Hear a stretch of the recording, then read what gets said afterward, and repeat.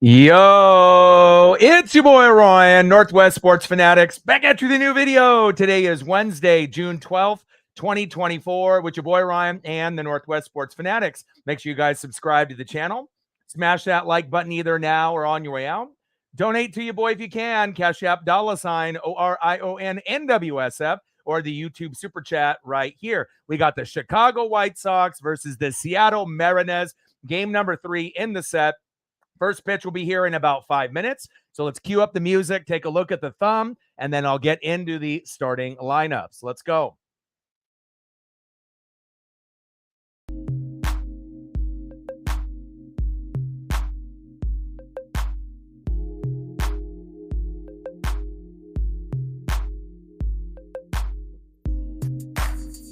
And on the thumb, Luis Robert Jr. And on the right, making his debut on the thumbnail, big dumper, Cal Raleigh. Let's go, baby. And you deserve it. You've been big, and you essentially won both games back-to-back, game 1 and game number 2, because of the big dumper. Top 5 catcher in Major League Baseball. Pay the man. Let's get it, baby. Let's go into the starting lineups. Now first, for the visiting Chicago White Sox.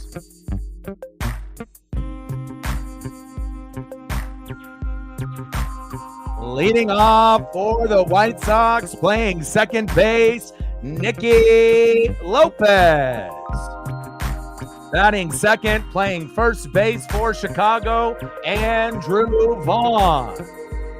Batting third, DHing tonight for Chicago, Gavin Sheets. Batting cleanup, batting fourth, playing shortstop, Paul DeYoung. Batting fifth, playing center field, Oscar Colas. Batting sixth, playing right field, Zach Deloach. Batting seventh, playing third base, Lennon Sosa. And batting eighth, playing left field, Corey Julks. And batting ninth, catching tonight for Chicago, Corey Lee. And on the mound for the White Sox, Jonathan Cannon. Cannon has got an 0-1 record and an ERA of 5.94. So we do have a good chance tonight to be able to win 3 in a row. Hopefully 3 out of 4. But if we win tonight, maybe we can end up getting the brooms out tomorrow and getting the sweep, but I don't want to get ahead of myself. Let's get into the starting lineup now of your Seattle Mariners. Let's go, baby. Now looking good on the thumbnail. I'm going to have to start getting a few more images to use, and he's earned it over Julio. Big facts. Leading off for the Mariners, playing shortstop, J.P. Crawford. Batting second, playing third base, Hollywood, Josh Rojas. Batting third, playing center field, no-fly zone, Julio Rodriguez. Let's go, J-Rod. Tridents up.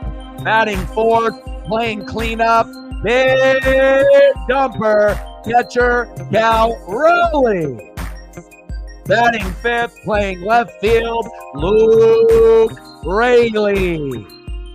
Batting sixth, DHing tonight for Seattle, Mitch Garver. Let's go, Garv. Batting seventh, playing right field, Dominic Canzone.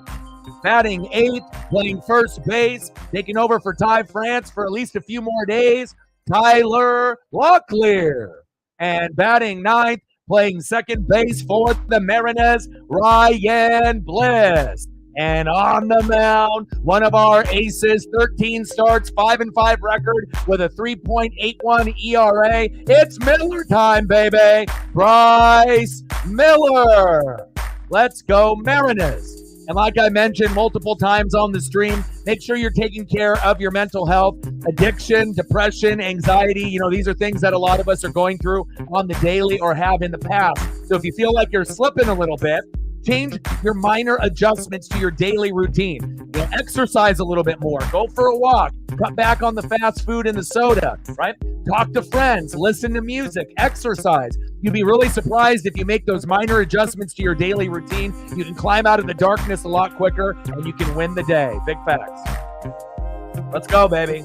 Bryce Miller on the mound, leading it off here for the Mariners, and leading off for the White Sox, Nicky Lopez. And let's try to get to 30 likes here today. We'll try to go for 30 to 50. We've been doing really well on that end. Welcome back, Matt, from his trip from one Hawaiian island to another. Megan with a 20 to get us started right out of the gates. I appreciate that very, very much. Matt in the building. What's good? Glad to have you back, my guy. Let's get it. And if you do have a Twitter/X account, first pitch fouled off. 0-1 count. Make sure you guys are liking and retweeting the live stream on Twitter/X, and do your boy a solid and smash the like button for your boy here on the stream. Let's go. Let's win the day, baby. Let's get to 100 in donos. Let's do it, Bubba. Glad to have you back, and I know you probably missed us, and we missed you. 0-1 pitch from Miller to Lopez. Pop foul again, behind in the count 0-2. Megan with a 20. Appreciate you very, very much. Let's get it, baby. Stacks on stacks, racks on racks. A little cactus jack. Bang, bang. $20 holla. 80 to go to hit the first initial dono goal. Appreciate you. And let me know what you want to do for photos. I got you. 0-2 pitch to Lopez. Pitch is high. 1-2 count. And let him know. Like, subscribe, donate. Help your boy out. Let's get it, baby. Daniel in the building. What's good? Buddy in the building. What's good? Let's go, Ems, baby. Sarah in the building. What's good? How are you? Let's go. Darren in the building. Let's go. 1-2 pitch. This one's popped up. Should be a routine play. Julio is there. There we go. No fly zone. One away. Good thing they didn't run into each other. How are you, Darren? Hope you're having a great day. Let's go. Let's go, baby. Next up for the White Sox, first baseman Andrew Vaughn. Let's go. Let me know what you want to do for photos once you get back, Megan, and I got you.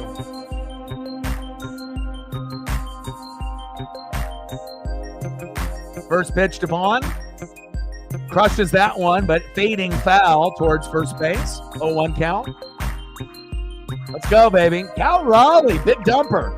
You know, this is the most valuable player on the Mariners. You know, we were hoping that it was going to be Julio Rodriguez.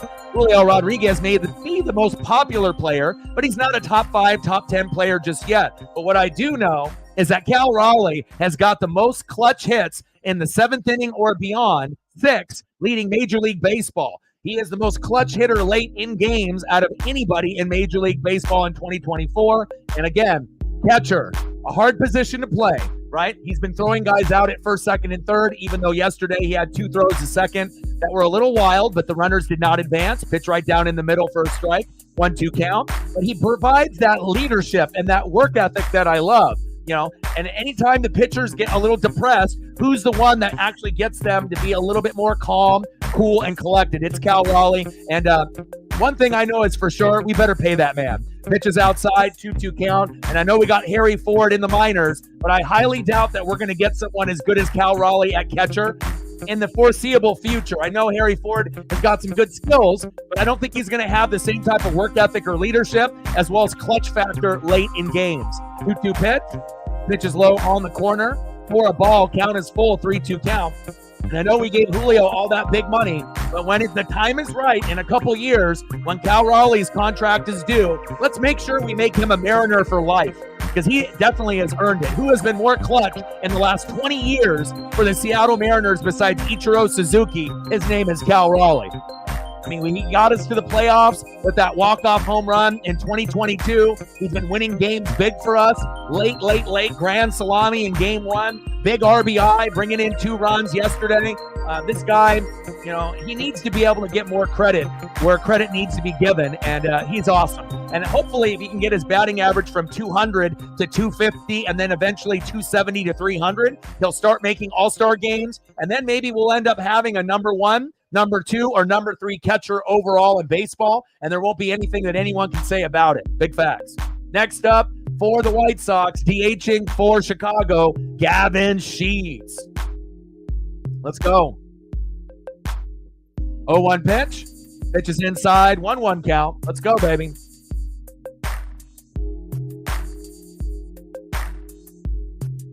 Let's get the series win, baby. Let's go, M's. All right, no worries. I got you. 1-1 pitch. Pitch on the corner for a strike for Bryce Miller. 1-2 count. Let's go, baby. Army in the building. What's good? I always know I can count on Army and Reflect with a lot of the deep down statistics that we love. And we love analytics and statistics here more than anybody. How are you today? 1-2 pitch. Pitch on the corner. Bang! Let's go. Got him. Let's go, baby. That's what I'm talking about. Getting it started early. Nice job, Bryce Miller. You know what time it is. It's Miller time, baby. Let's go. Let's shoot for 10 Ks. I don't know if you're going to get there. Probably 6 to 8 is a little bit more realistic, but we can always shoot for the moon and shoot for the stars and shoot for 10. Brian Woo's X-rays and MRI came back negative, so he should be back within the next week or two, and they're just going to ease him along. And that's a great sign because Brian Woo has had an all-star year, and we don't want to have our season end prematurely because Brian Woo is injured. So thank God Brian Woo is all good. Next up for the White Sox, shortstop Paul DeYoung.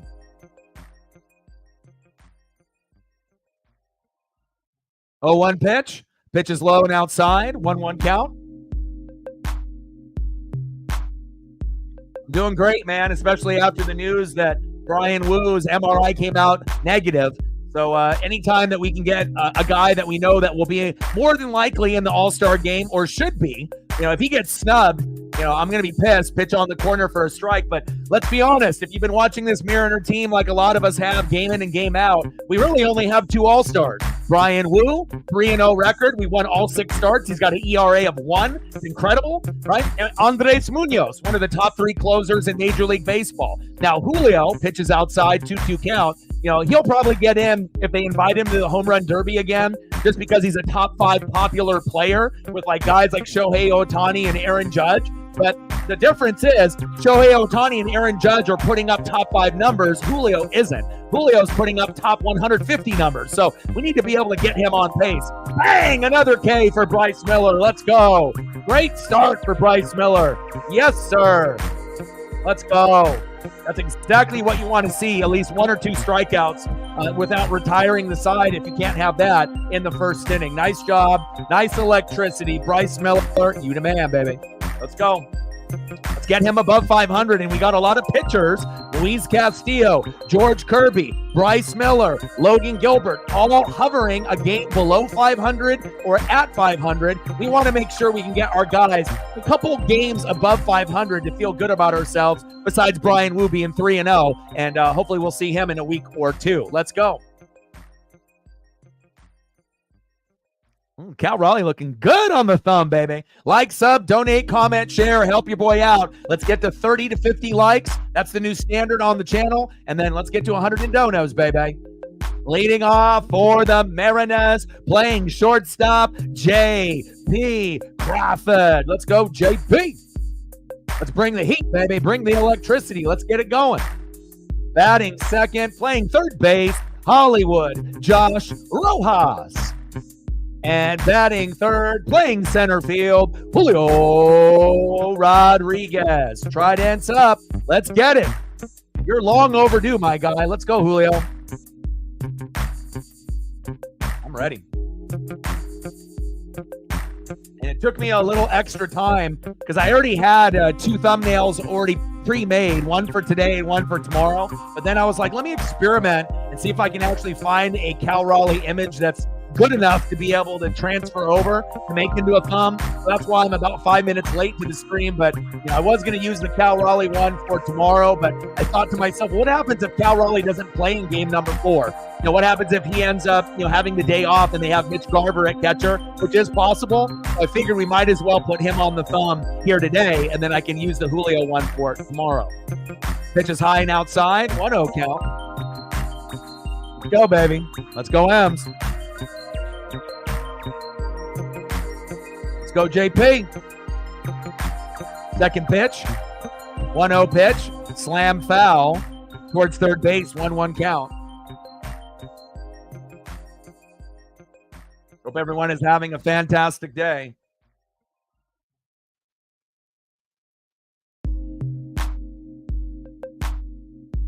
One pitch to JP. Right down the middle. Takes a strike looking. Behind in the count 1-2.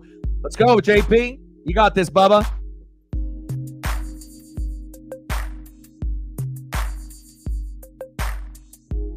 One-two pitch. Popped up. Should be a routine play there for Chicago. One away. Popped out to left field.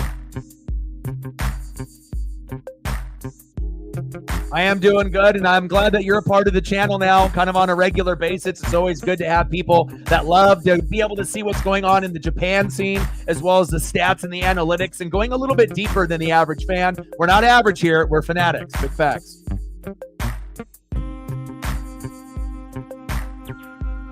Pitch is low and inside. 1-0 count to Hollywood, Josh Rojas. Let's go, Hollywood.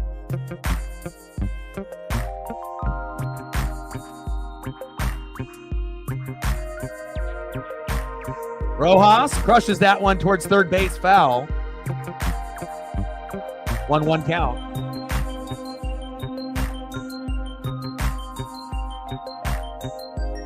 We missed you too, brother. Pitches outside, 2-1 count to Hollywood, Josh Rojas. Yeah. I mean, especially if you were just talking about height factor, and obviously we know Eskeens, he's one of the only, 3 or 4 guys in Major League Baseball. They got 2 on Pittsburgh that can pitch 100 miles an hour almost every pitch. But you have to be careful, because if he ends up overextending himself, we might see him with Tommy John surgery this year, next year, or the following year. Rojas pops it up a mile into right field. 2 away.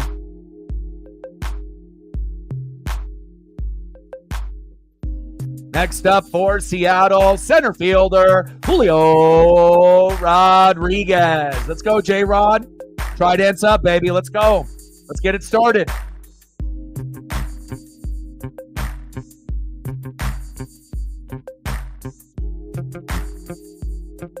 Yeah, I like it, man. Kind of sleeper names that, that we don't have to pay as much money for, that might be able to give us that good production. But I'm like you. I don't want Pete Alonso. I don't want Luis Robert Jr. And I don't want Bo Bichette or Vlad Jr. I mean, I know that these guys have some talent, but it's going to cost too much. 1-0 pitch. Julio fouls that one back. 1-1 count. 3 for 9 this series for Julio Rodriguez. We won the first 2 games in the series, but it hasn't been easy. We've had to come back from behind pretty much each time. First game we were down 4-0, got 4 runs in the 8th. Grand salami in the 9th. Julio up the middle. Run, run, run! Damn it! Julio not giving that 100% effort to first base. 3 up and 3 down.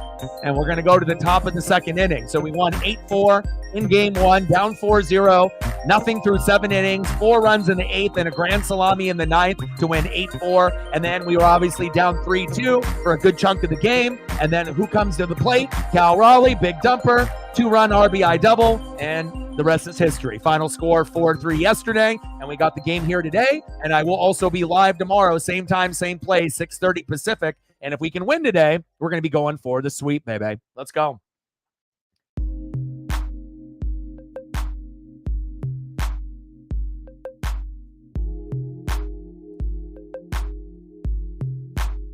End of the first inning. Let's see who is up next for the Chicago White Sox.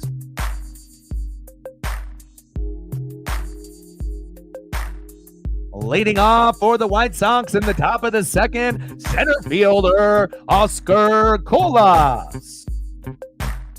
Batting second, right fielder in the 6th hole, Zach DeLoach. And in the 7th hole, playing third base, Lennon Sosa. Let's go, M's. And if anyone's got a Twitter/X, please do your boy a solid and like and retweet the stream. I'd greatly appreciate it. MD Holland. Keep sending me this info, man. I love it.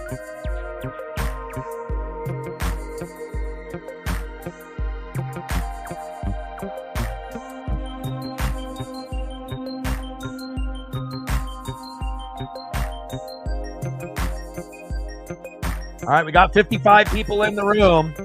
Appreciate y'all very, very much.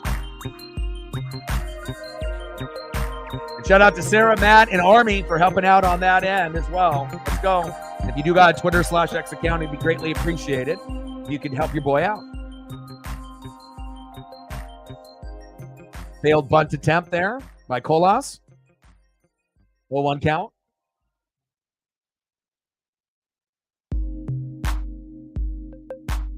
All right, we're at 9 likes. We need one more. Boom, we're at 10. All right, let's go.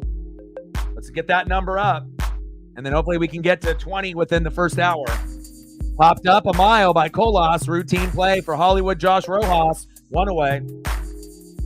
We got about 10 to 15 on the YouTube side, 40 plus on the Twitter/X side. And if you're on the Twitter/X side and you want to be a little bit more engaged in the stream, hop over to the YouTube channel. Click on the link on my Twitter/X profile. And again, you can actually chat on the YouTube side. You can like from the YouTube side. You can donate onto the YouTube Super Chat side. But unfortunately, on the Twitter/X side, the only thing you can do is watch. So for some of y'all, that's completely fine, and that's enough for you. But if you want to be able to show a little love and support to help me grow and join the NWSF family and type a little bit in the chat and interact with our great fan base, come over to the YouTube channel and like that, and obviously come through, and you can end up interacting with some of the best fans on YouTube. Dribbler right up the press, Bryce Miller, and not a chance there as we try to get to first base, and it was a perfect hit right past Bryce Miller.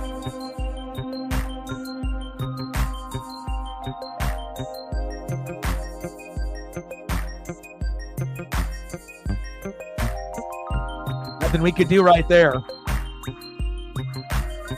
Try to go for a bare hand attempt afterwards and just kind of, wrong place, hit him right on the ankle.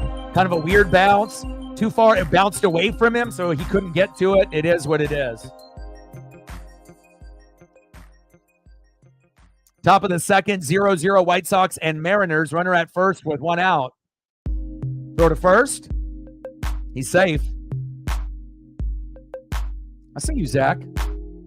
Next up in the box, third baseman Lennon Sosa. Deloach at first.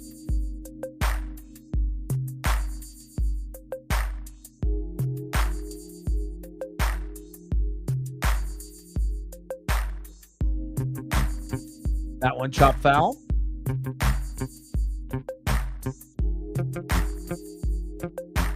Rest in peace, Jerry West.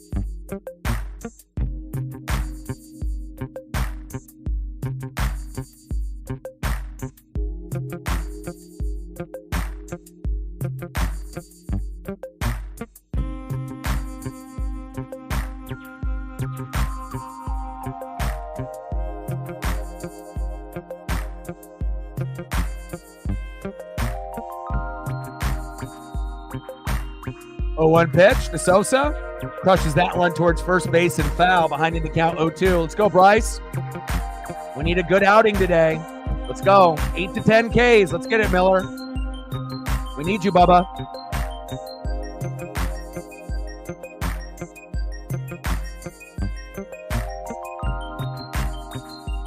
(0-2) pitch to Sosa. Chop that one foul. Still behind in the count 0-2.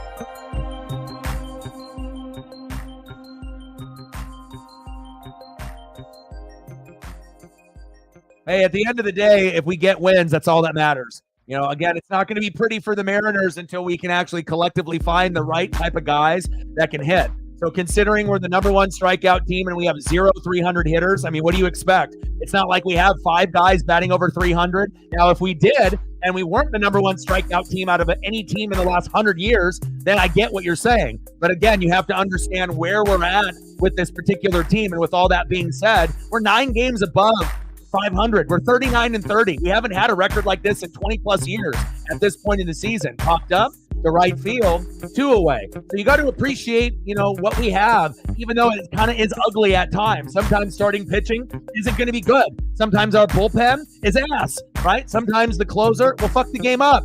Sometimes the guys are going to leave, a couple stranded. I get it, you know what I mean? But at the end of the day, we're not 10 wins and 30 losses in last place. We're in first place. We're going to win 90 to 95 wins. We're going to the fucking playoffs. We're going to win the AOS, and we're going to have a good chance when it's all said and done to make a run to the World Series.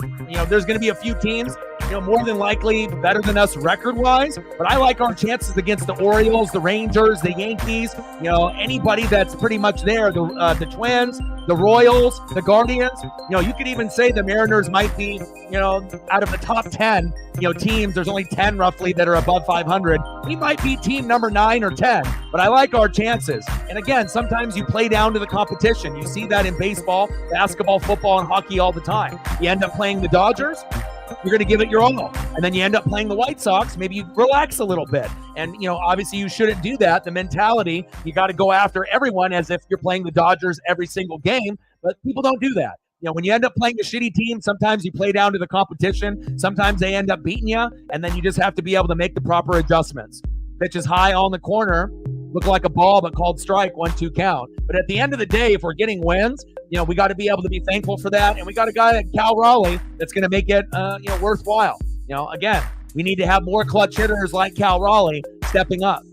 So if you really want to talk about, surprises, it's surprising that with all these bad things that are happening to the Mariners, bang! Nice punch out by Bryce that we are 9 games above 500. Got to be positive. Don't look at the negatives. Be optimistic and be a positive Pete. All right. Things are not ideal, but again, when things get better, we're going to have a record like the Phillies, the Dodgers. We're going to have a record like the Orioles and the Yankees one day, but we're just not there yet. Baby steps. We're getting there. We're going to have a nice 15-year run of greatness. And not every year we're going to make the playoffs. We might make it for a year or two and then miss it. And then make it for a year or two and then miss it. But, as long as we're playing, our hearts out and doing the best that we can, that's all we can do, And again, it sucks when you end up getting your ass kicked by the worst team in baseball for the first 2 games. But at the end of the day, what happened? Cal Raleigh, grand salami, we won. We were down 4-0, we won 8-4. Yesterday, we were down, what? You remember? We were down 3-2, and what happened? We found a way to come back and get that nice RBI out of Cal. Boom, we won 4-3. So it is what it is. Let them know, baby. All good. You can let me know whenever you're looking for some photos in between innings, and I got you.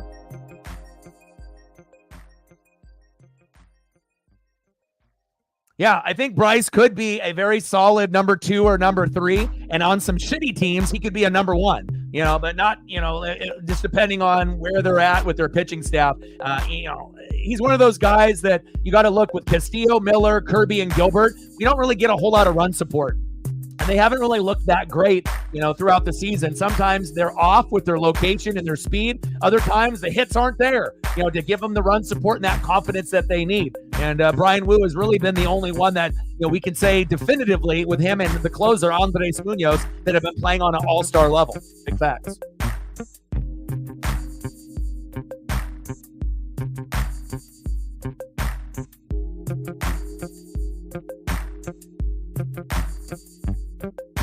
Next up for the Mariners, big dumper catcher Cal Raleigh. Pay that man. Stacks on stacks and racks on racks. I want him to be a Mariner for life.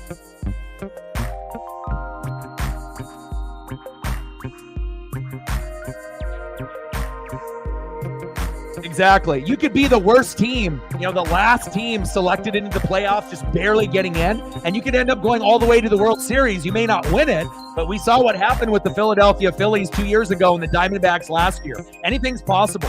Getting hot and healthy at the right time. Popped up a mile, in foul territory, caught, one away. Oh, good, Cal. I still love you, my guy.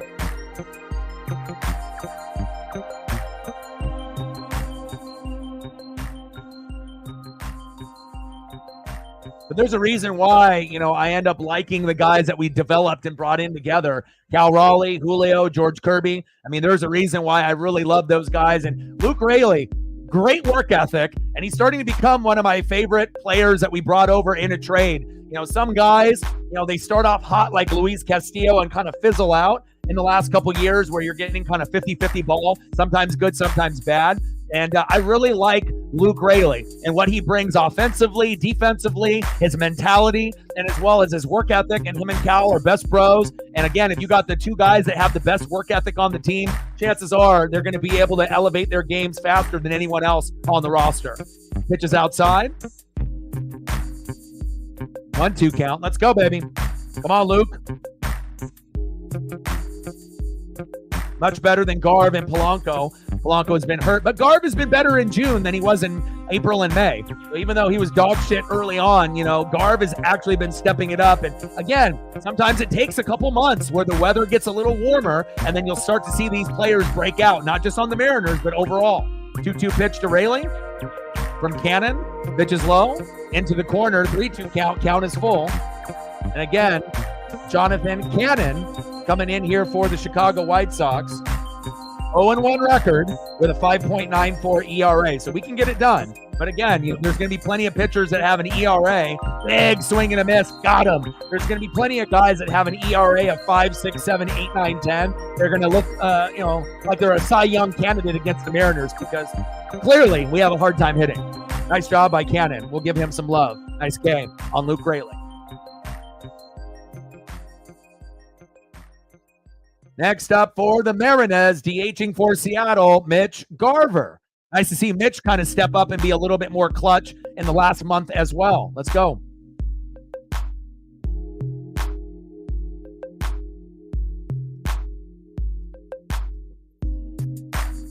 Pitch is outside, 1-1 count. 179 average, 7 homers, and 23 ribbies for Mitch Garver.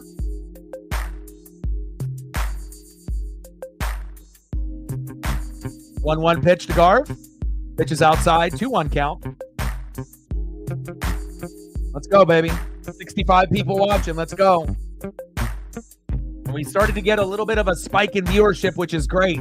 So again, every single like matters. Every single like and share on Twitter/X matters.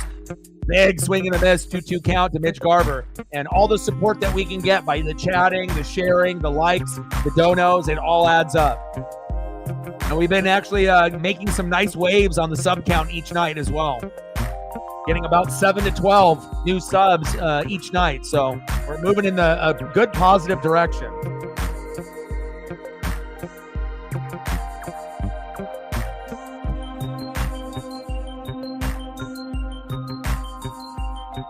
Three-two pitch to Garver, and he walked him. There we go. We'll take that. Mitch Garver to first.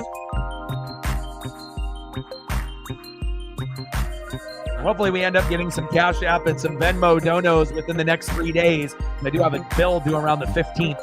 Hopefully, we'll get some good support here through the Super Chat, and then maybe we can get some goats to come through to help me out so I can get my bill paid.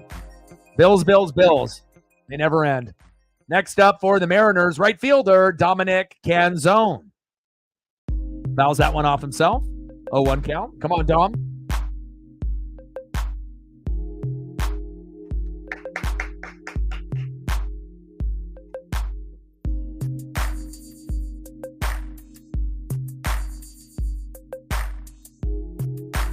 There we go, Dom. Yeah. Yes, sir. There we go. Hell yeah.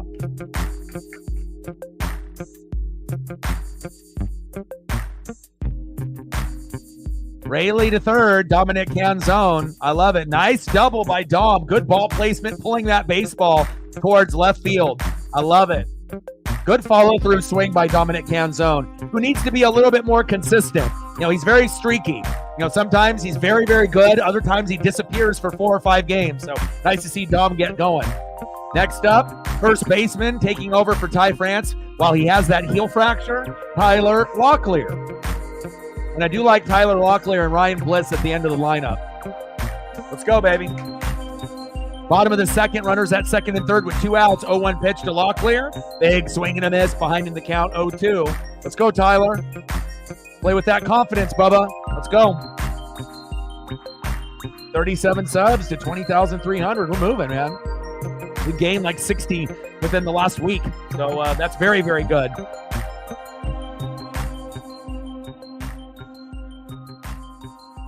Two for 9 for Tyler Locklear. First MLB hit and RBI Sunday against the Royals came up big for us. like a younger version of Ty France, except maybe a little bit more athletic, maybe a little bit better of a defender. And we'll see if he can be a consistent hitter like Ty France. Elliott in the building. What's good? Padres in the building. What's good, my guy? 2-2 pitch. Pitch is high. Good eye by Locklear. 3-2 count. We got 73 people in the building, baby. Let's go. And we hit 1,900 people on the stream on Monday, which was amazing. About 700-800 yesterday. So we're definitely peaking and going to the right direction. As the Mariners start to evolve and get better and better, this channel will explode, especially during baseball season. We'll be doing Oregon Ducks and NFL, and we'll do some NHL streams with the Kraken. Every once in a while, once a month, we'll be doing a WWE pay-per-view. We'll be doing one this Saturday for Clash at the Castle. I'm very excited about that. Drew McIntyre going back home. But as the Mariners get better and better and better, nice punch out there by Cannon to Locklear. End of the second inning, we leave 2 stranded, damn it. But we'll be back. No worries there. But, when the Mariners keep continuing getting better and better and better, there's going to be more people interested to see what Seattle has to bring to the table, as well as who's streaming. And obviously, I'm going to be your go-to guy for Seattle Mariners streams. Big facts. All right, end of the second inning. Let's go to the top of the third and see who's up for the White Sox. Sprinkle in a couple photos here for Megan.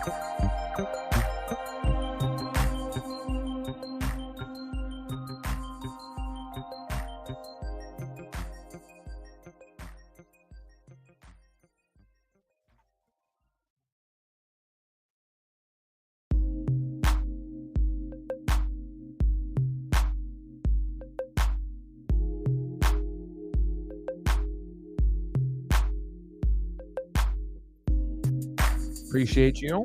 We're at 20, 80 to go.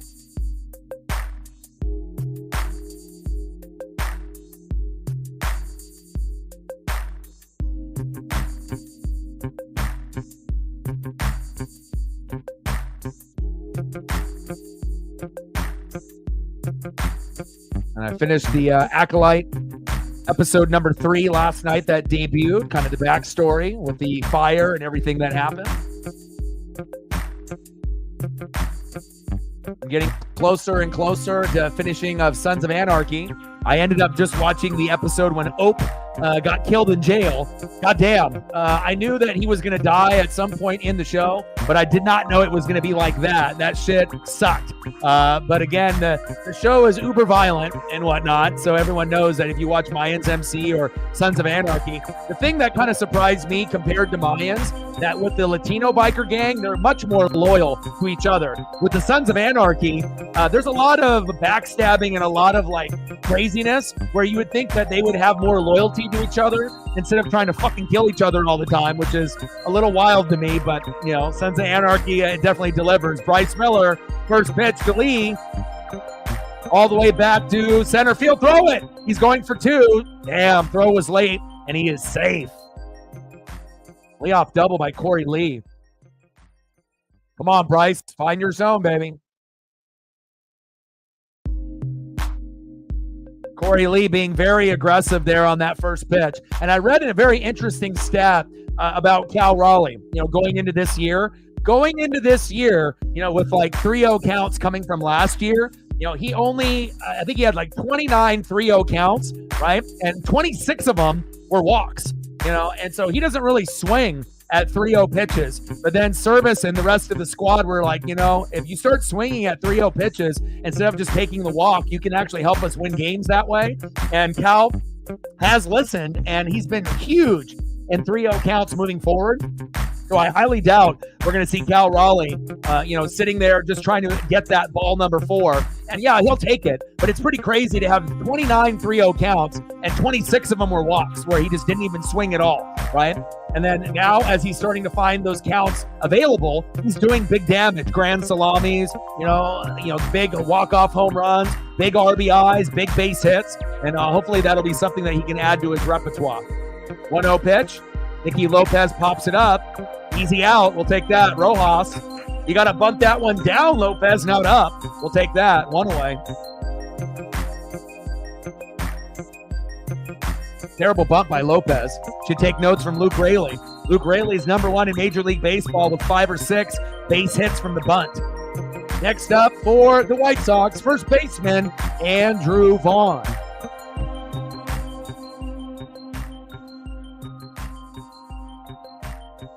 Good to see you in here, my guy. And you know I can always make things a little bit better. Again, anytime people are struggling a little bit, I am one of the more accessible, streamers out there, and I do care about people. So when things are going a little sideways, I can always give words of encouragement, and just hanging out with people that that care about you, on stream. It's nice, to feel appreciated, to feel heard, and to feel loved. Vaughn crushes that. Rayleigh's there, 2 away. Like there's a regular here on the channel. She's not in the channel right now, but she messaged me a couple hours ago, and her mom passed away last night. So again, anytime that people end up sending me messages, I'm always going to be an ear, and I'm always going to try to be a little piece of comfort in a time where things can get stressful or sad. Top of the third, 0-0 White Sox and Mariners. Runner at second with 2 outs. Next up is Gavin Sheets, DHing today for Chicago. Pitches outside, 1-0 count.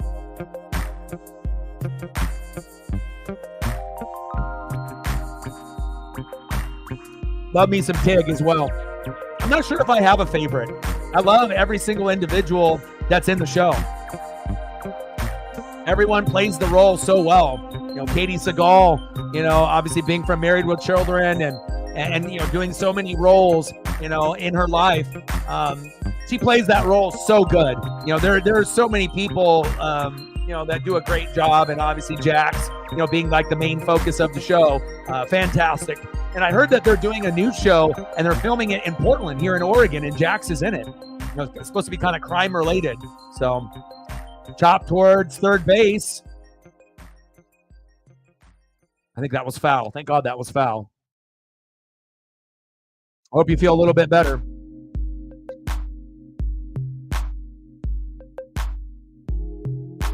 Yeah, Katie Seagal is amazing as an actress. I mean, she is so good, and she's been able to elevate her skill set to like levels that I think a lot of people maybe wouldn't have thought she could get to. Fantastic actress. Love her.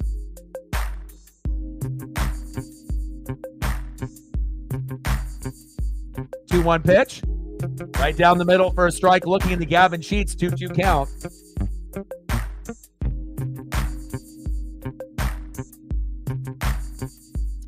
She sings as well? No shit. I did not know that. I learn something new every day. But if you watch her podcast, then obviously you would know that. 2-2 pitch. Chop foul. Count remains 2-2.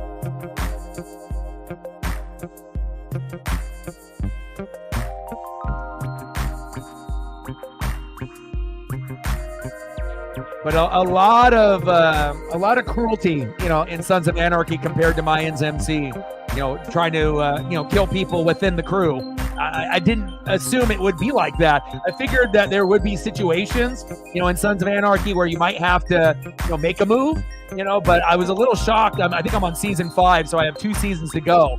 But I was a little shocked on how much kind of backstabbing and, unloyalty, loyalty, honesty, respect. It doesn't really belong there with the Sons. For some people it does, but not for everyone in there. A lot of lies, a lot of corruption. And I get it, when they're dealing with arms and, the cartel and everything. But if you watch Mayans, they're going through the same type of thing with the Latino biker gang, but they have way more loyalty.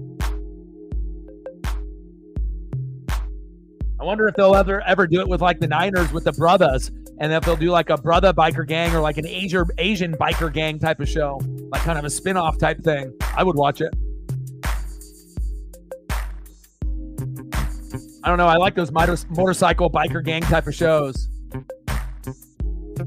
2-2 pitch to Sheets. Popped up. Could be a routine play if it stays fair. There it is. There we go, Rojas. Go to the bottom of the 3rd inning. We're still knotted up at 0. White Sox with 2 hits. Mariners with 1. Let's go, M's.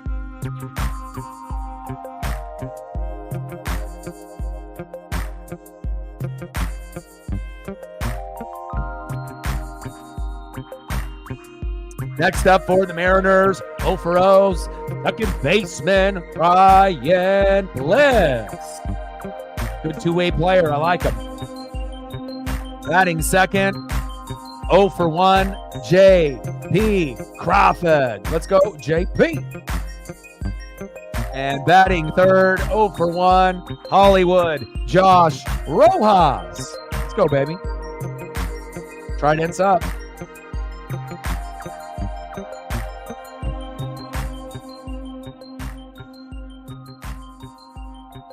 Nice. See, I always like learning things from you guys, you know. I feel like I got a lot of the sports and wrestling down pat, but that doesn't mean that I'm going to know everything. You always are going to be able to learn something new every day, and we got the best fans here on the channel. I appreciate you guys.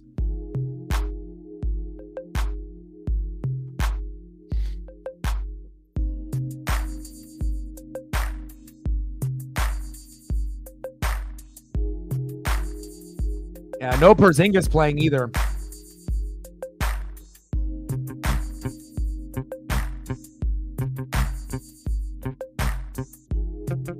Elliot, I appreciate you with the like and the share. But, you know, things have been a little tough, you know, for you as of late. The Bear is coming up, you know, here in a couple weeks. And that'll definitely be something that, you know, you're going to binge watch. I'm going to binge watch it. A lot of the people in the room are going to watch it as well. You know, you got House of the Dragon, you know, season 2 coming up, and The Boys, season 4, I believe, and then they'll do one more season of season 5, and then the show is ending.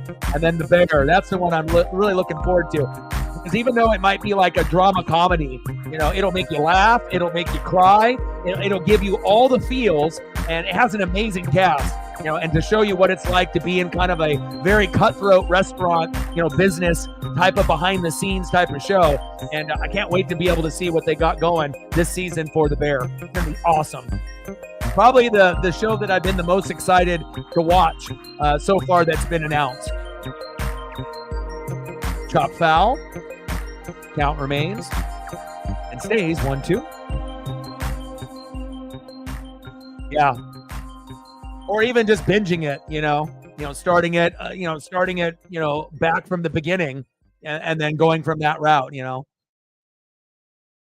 It's always good to get a nice little refresher, you know, when you know a new show is coming. I might do that with House of the Dragon if I can get done with Sons of Anarchy.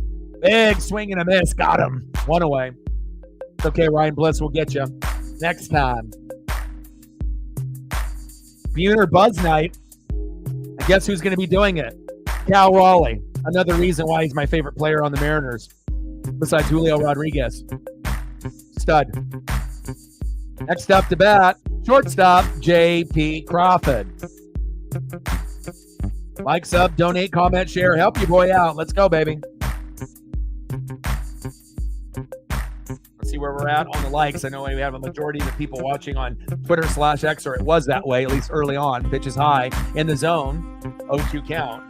You got 23 people watching on the YouTube side, 50 on the Twitter/X side. All right, we need 3 more to get to 20. So if you haven't smashed the like button just yet, please do. 2 more to get to 20. And then if we could get some of the people from the Twitter/X side to hop over, maybe we can end up hitting 30, 40, 50 likes before we're done.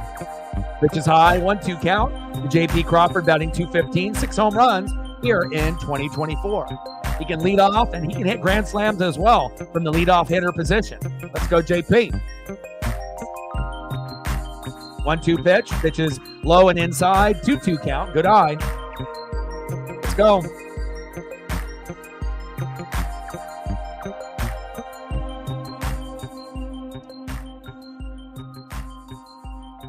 Two pitch. Chopper. Throw to first. Routine play, 2 away.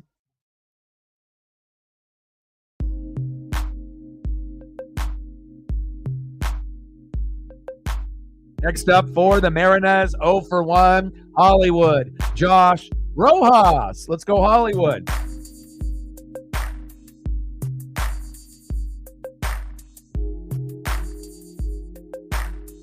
First pitch is high and inside, 1-0 count.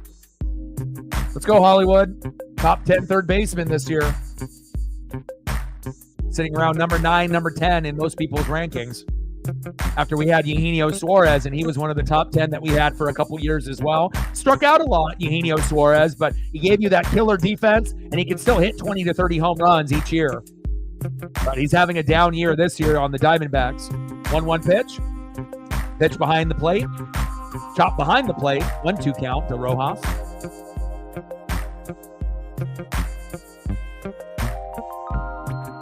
Are you guys above 500 yet, Elliot, with the Padres? Or are you still hovering a game or two below 500 or at 500? 1-2 pitch. Pitch is outside. I haven't looked at the Padres and the National League records in a day, so I don't know where you guys are sitting right now. But I usually try to check up on it late at night every night to see where everyone's sitting. 2-2 pitch. Rojas crushes that one towards first base, foul. Count remains 2-2. Do you think that the Padres are going to be able to make the playoffs as a wild card team, or do you think that it'll be close but you might miss it?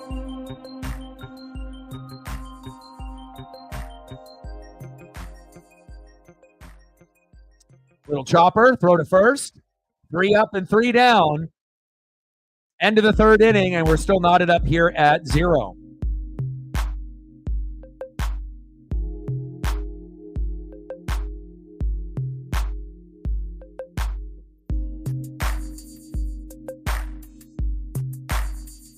Next up for the White Sox in the top of the fourth, 0 for 1 with a K, shortstop Paul DeJong. Batting second, playing center field, 0 for 1, Oscar Colas. And batting third, 1 for 1, right fielder, Zach DeLoach.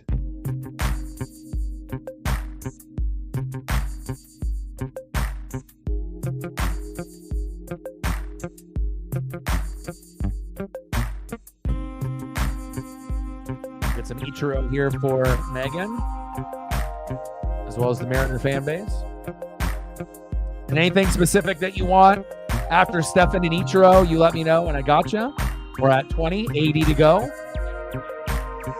We're getting close to the 20 like number, which is good. We've got 9 more minutes before we hit the 1 hour mark. So hopefully we can get it there. We got 71 people watching. I'll shout out to all the people watching on Twitter/X as well as YouTube. Love you. Appreciate you. Hope you're having a great hump day, Wednesday. And hopefully the Mariners can find our way here after the starting pitching goes out, and we can find a way, like we did in the previous 2 games, to win the game. There's a goat for you. Ichi, baby.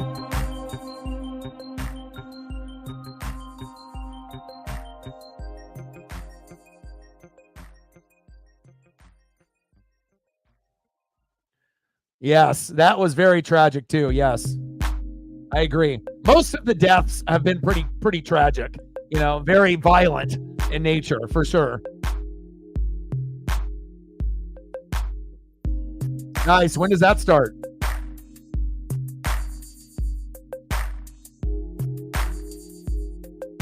Nice. I was going to say you've been hovering around 500 for weeks, and that's what I was going to ask you about. I know that it's been a few games below, then like 500, and then a few games below. Hopefully, you guys can get over that hump. How the hell did you get him? You know what I mean? Like, what are the Minnesota Twins and the Marlins thinking? Like, the guy is probably the most pure hitter since Ichiro, a guy that can bat 300 to 350, like with, pretty much with like the easiest of ease. Like, how do you not pay that guy and keep that guy wherever he's at? I'm kind of like, I don't think people realize like how good he really is. But if you go back and look at his stats on, any team that he's ever been on, I mean, he's a monster. Very consistent hitter. You can see the baseball well. He doesn't chase that much, and he's a very good contact hitter. One of the best that we've seen in a while. What's his stat line right now, Elliot? Big swing and a miss to DeJong, 2-2 count. Yeah, what's the stat line? Batting average, home runs, and ribbies. I'm just curious.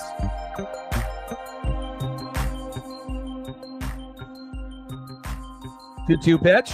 Pitch is outside. 3-2 count to DeJong. Full count. Nice. Anyone I should be looking out for who's favored to win it? Top of the fourth, 0-0 White Sox and Mariners. 3-2 pitch. low and inside, and he walked him. Damn it. Second walk for Bryce Miller. Let's take a look at the stat line for the pitchers for the first time here. 3 innings pitched, 1 hit, 0 earned runs, 2 walks, 3 Ks. So not really the best stat line there.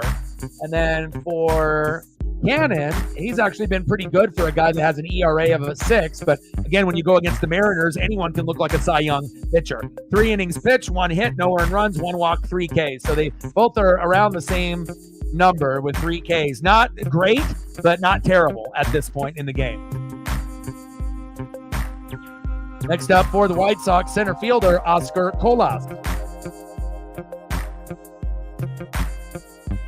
Only hitting .327. He's amazing. And again, if you followed him, Minnesota, and then obviously when he was like on the Marlins, he was batting like 350, 400. Like I never have seen someone like, consistently for weeks, keep that 350 to 400 batting average like he did last year. And again, I know he was on a shitty team and with Jazz Chisholm and a few of those other guys kind of overrated, hurt, here and there. But one guy that you could always count on with Miami was him. And he's a fantastic player. I would love to have a guy like that on the Mariners. Darren, still 0, man. You know how it goes. Again, sometimes it's tough. Right now, we have 2 hits for the White Sox and only 1 for Seattle. So you got Canzone with the double, I believe, there. And then you have 2 hits here with Chicago. You got 1 with DeLoach. And then the other one was by Lee in the 9-hole. England, France, Germany, and Spain. Okay. And any big-time players that are playing in this? Are there people sitting out that are like superstars, or are we getting some of the best players in the world that are playing? Big swing and a miss on Cola. Sit down. There we go. 4th K for Bryce Miller. There we go. Mariner Moose comes out. Maybe I need to bust out the Mariner Moose to kind of get the rally going, even though we're not losing. There we go. Nice job, Bryce. Miller time, baby.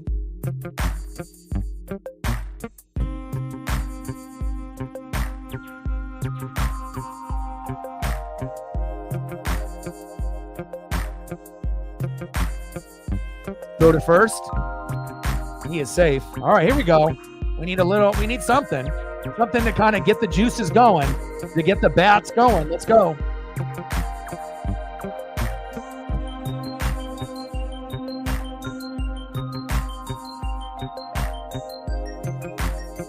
Runner goes. Cal Raleigh got him. Woo! What a defensive play by my boy Cal Raleigh. That made up for yesterday when he had 2 wild throws that went wide right, and the runners did not advance, so it didn't hurt us, but nice job, Cal. Yes, sir.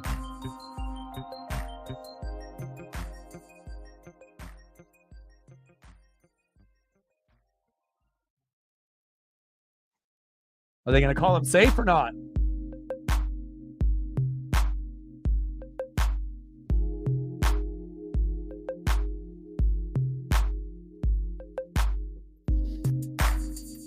Are they going to call him safe? From that angle, he looks safe. But we'll see.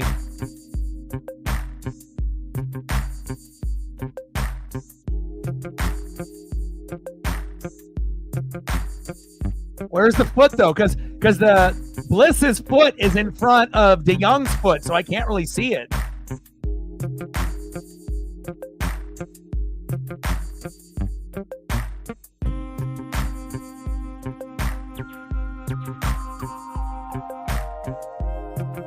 I don't know. I don't like to be biased. I think he was safe.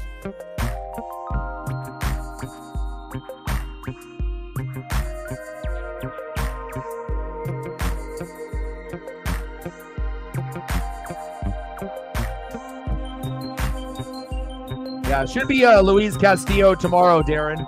And then Emerson Hancock, is back up with the team, I believe, too. So you might see him, take over for Wu for like a week and a half until they're ready for Wu to come in. But the MRI came up negative. So Wu should be back within a week in the rotation or 2 whenever they feel that he's ready.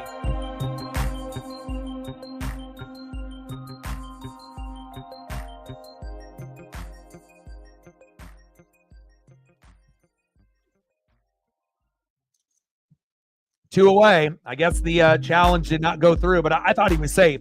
First initial, when it was bang, bang live, he looked out. And then at the end, when they did the replays, Bliss's foot was in front, so you couldn't really tell exactly if it was, safe or out. But, I would have to assume based on that what I saw, he looked out, or safe, excuse me. Deloach chops that one foul, but they ended up calling him out. So, and then obviously the manager decided to argue there a little bit. Deloach, 2-1 count for Miller.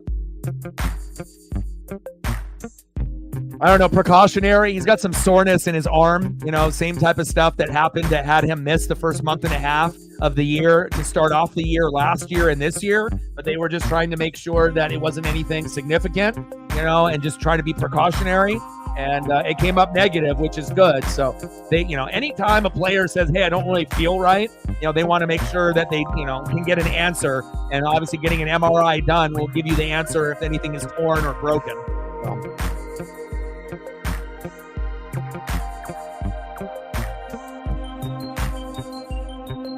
Oh, that's in Germany. Oh, okay.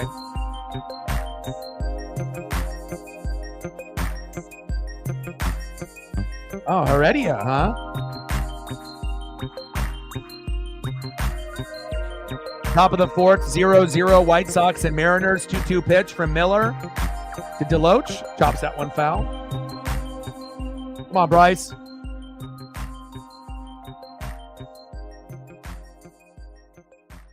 And it's not like Bryce Miller, Luis Castillo, George Kirby, and Logan Gilbert are terrible. They're just not electric, that we've had in the past, where they have a few games above 500. They're getting 10 Ks, 8 Ks, 9 Ks. It seems like, they're playing okay, where they're getting 4 to 6 Ks, and then they have to rely on the bats to kind of save them. But really the only pitcher that's been, lights out, amazing, is Brian Wu. And then obviously Andres Munoz as a closer. So 3-2 pitch. Deloach is working the count there on that four-seam fastball, and the previous pitch a splitter. Count remains 3-2. But hopefully as we go into the warmer months that these guys can stop floating one game below 500 or 500, being like 5-5 right now with Bryce Miller. And hopefully we can get a couple games above and be like 7-5 and then gain a little bit momentum. Got him. There we go. Yes, sir.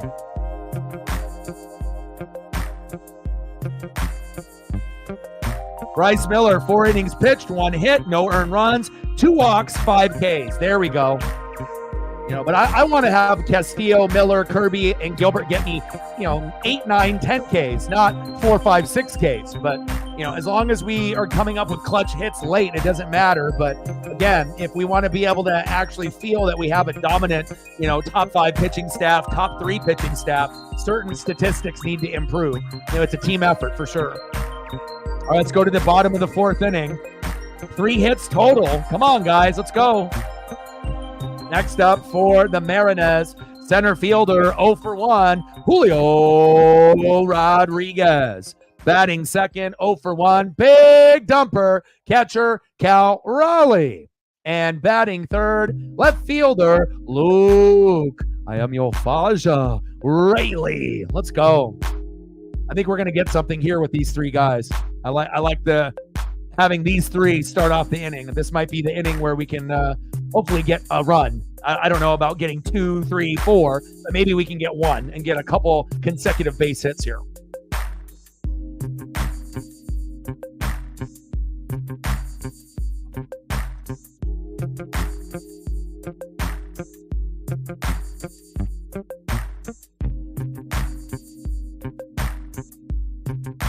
Look at the standings here real quick. Yankees 48-21, Orioles 45-22, Guardians 43-23, super underrated. Royals 39-29, good team. Minnesota Twins 36-32, Mariners 39-30. And then in the National League, those are just the 500 teams. Phillies 46-21, Atlanta 35-30, Brewers 40-28. And then you got the Dodgers at 42-26, and then Padres 37-35. That's it. There's only like 10 teams that are above 500 out of 30, which is wild. Big swing and a miss for Julio, 0-1 count. So at least you're 2 games above 500, Elliot. I thought you guys might be 1 or 2 games below, so there you go. Julio's got 5, which is really shitty. But hopefully, things can, heat up for him. 270 average, 5 home runs, 25 ribbies. He should be hopefully batting at one point or another, 290 to 300, 310. And then, if it was a normal, kind of a better Julio year, or what we expect from Julio, we would want Julio to be the 300 hitter, 290 to 320. And he should have somewhere between, in a normal Julio year, 10 to 15 homers at this point. Maybe, at the very most, maybe 16 at this moment. But you got guys that are over 20 already. So it's not like he's going to be the number 1 home run guy, but he's just not seeing the baseball very well as far as like power hitting. Singles hitting, he's gotten better since April and May, but still not the standard when you're a top 5 popular player and you're not putting up top 5 stats. You got a long ways to go. Megan with another 20. Thank you so much, Megan. I wish other people would be able to step up like yourself, and hopefully we'll get a few of those before the stream ends. We got 80 people watching. Stacks on stacks, racks on racks. Little Cactus Jack, bang, bang. Cal Raleigh up next. Chops that one foul. 0-2 count. Thank you so much. Let me know what you want to do for some more photos, and I got you. Cal calls time. My guy right here. That's my moose right here.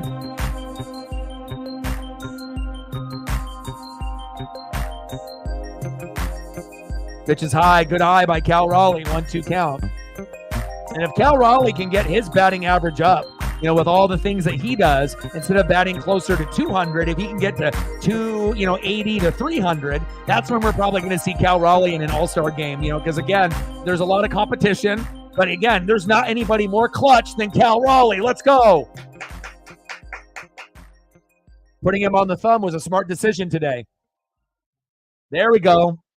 The number 1 clutch hitter for the Mariners, big dumper, Cal Raleigh. And he's got more hits in the 7th inning or later than any player in baseball.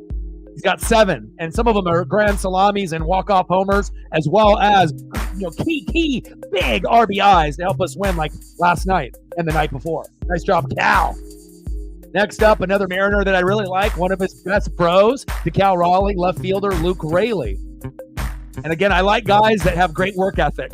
And right now, Raleigh and Raley are probably the 2 best as far as work ethic is concerned on the Mariner roster.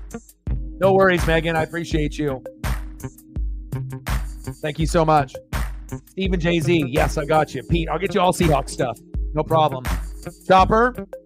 Double play attempt. Throw to first. Safe. There we go. Good hustle by Raley. And that's one thing I love about Luke Raley. He does not half-ass it at anything that he does. Him and Cal Raleigh, I hope the other players would learn from those two. We're at 40, 60 to go. I did see Mike with an interview. I like what I'm seeing from you guys. Very exciting to see kind of the development of the Hawks and the new regime.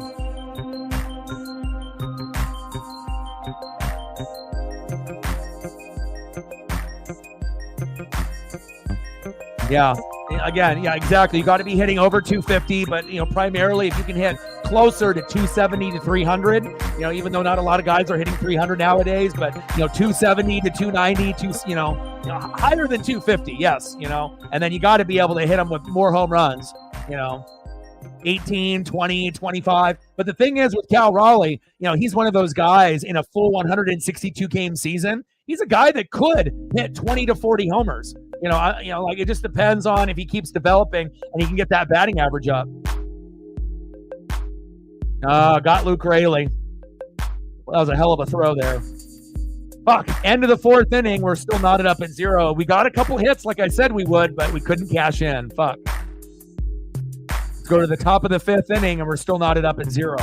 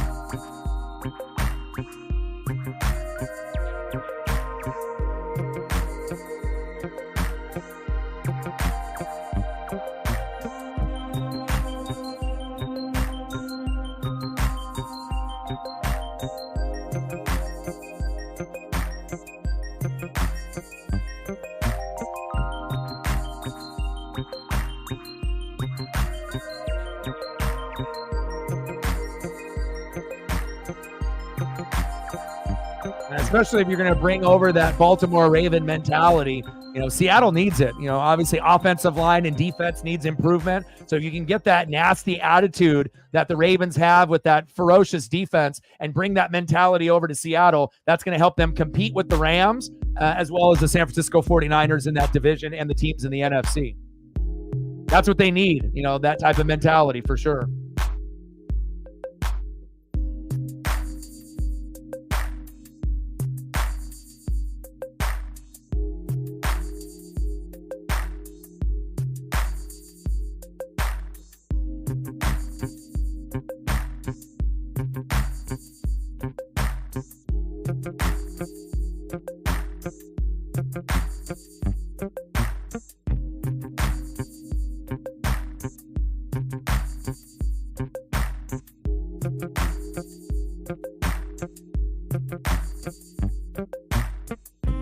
Next up is Lennon Sosa. Drilled to Rojas, throw to first, to Locklear, one away.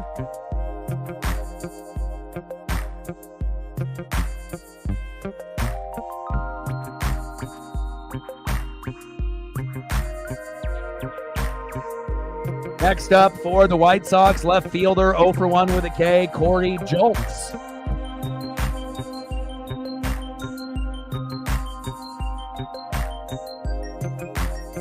And it might take a couple of years to develop that Raven defense to, you know, bring over to the Seattle Seahawks with McDonald. But again, you know, I like what they did in the draft. And again, even if it takes a couple years to get it, once they get that mentality, then they know what they need to do to keep it that way.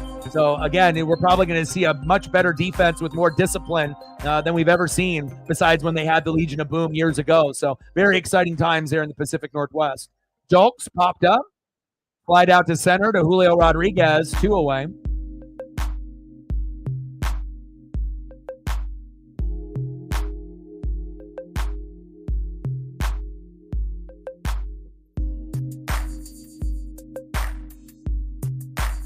Good defense by Julio there.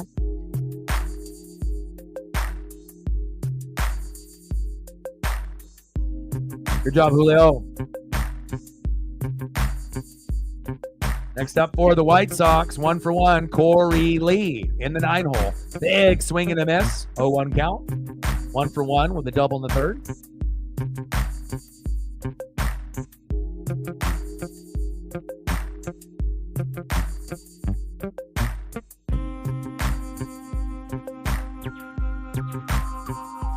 Stops that one foul, 0-2 count. 263 average, 5 homers, and 16 ribbies for Corey Lee.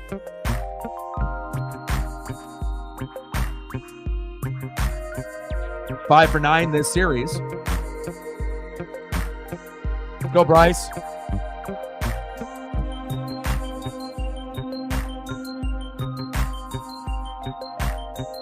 O2 pitch. Smoke him. Got him. There we go. Nice job, Bryce.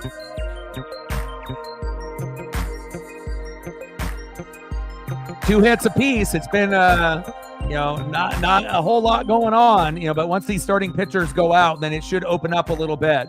All right, Bryce Miller, 5 innings pitched, 1 hit, 0 earned runs, 2 walks, 6 Ks. Nice job. And then as far as Cannon is concerned, let's take a look at his numbers. We're not haters here. All right, so for Jonathan Cannon, 0-1 record with a 5.94 ERA. I mean, we make every pitcher look like a Cy Young, you know, contender. 4 innings pitched, 2 hits, no earned runs, 1 walk, 4 Ks. So he's actually having a decent outing himself. Only 2 hits apiece for each team.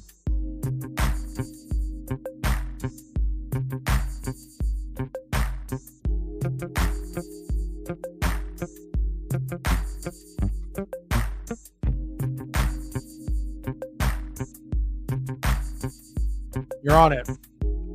Intelligence.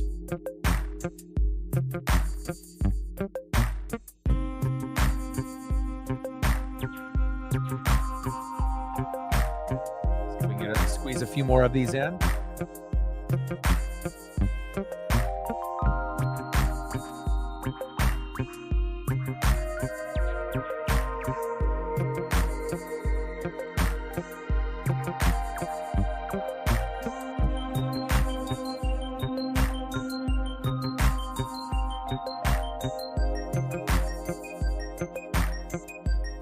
Appreciate you, Megan. We're at 40, 60 to go to hit the goal.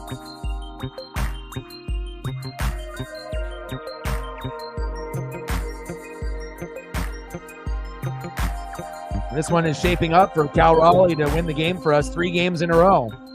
Let's go.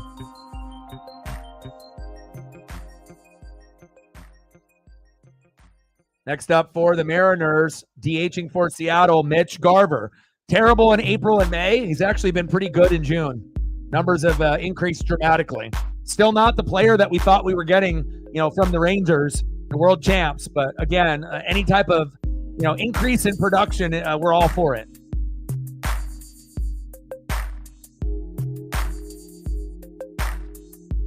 No worries, Megan. Hopefully we'll have other people be able to step up for your in your place.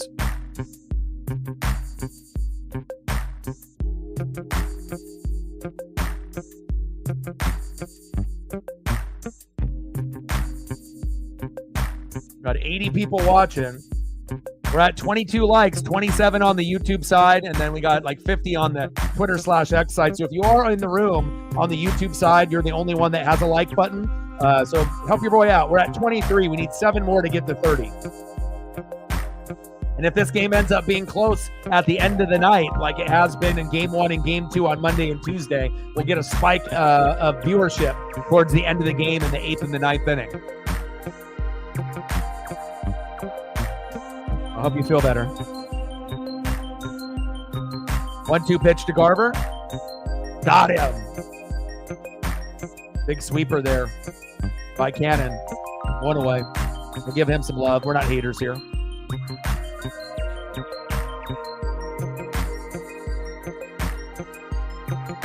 Next up for the Mariners, right fielder, Dominic Canzone. Let's go, baby.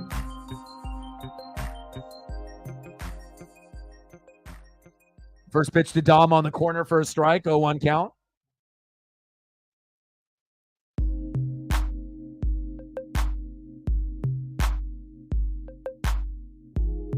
Oh, 1 pitch to Dom. Pitch is low, good eye, 1-1 count. Let's go, Canzone. In the zone, Canzone, baby.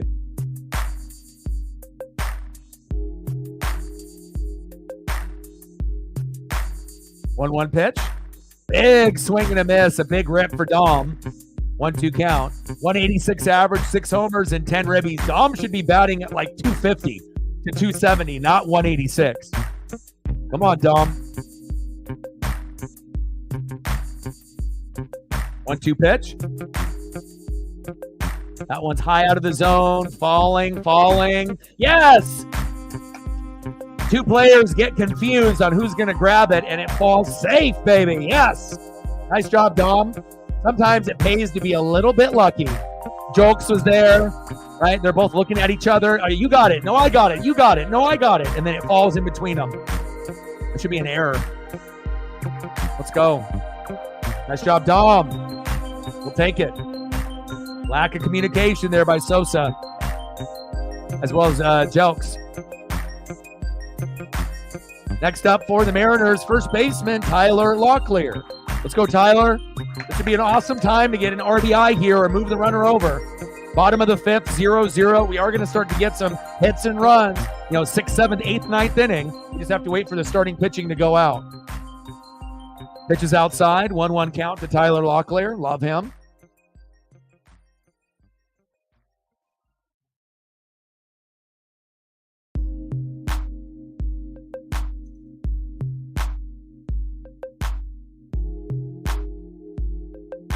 Pitch on the corner for a strike, 1-2 count.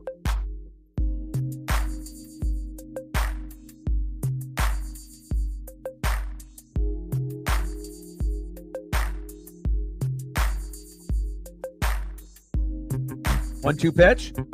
Good eye. 2-2 count. Pitch is low and outside. Come on, Locklear. This would be a good opportunity for you to be able to move Dom over. Let's go, Tyler. 2-2 pitch. Big swing and a miss. Got him.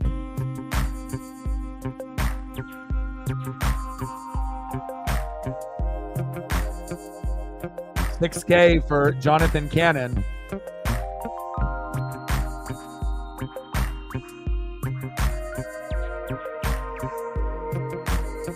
Next up for the Mariners, Ryan Bliss. Big rip and swing and a miss. 0 for 1 with a K. Come on, Ryan, focus.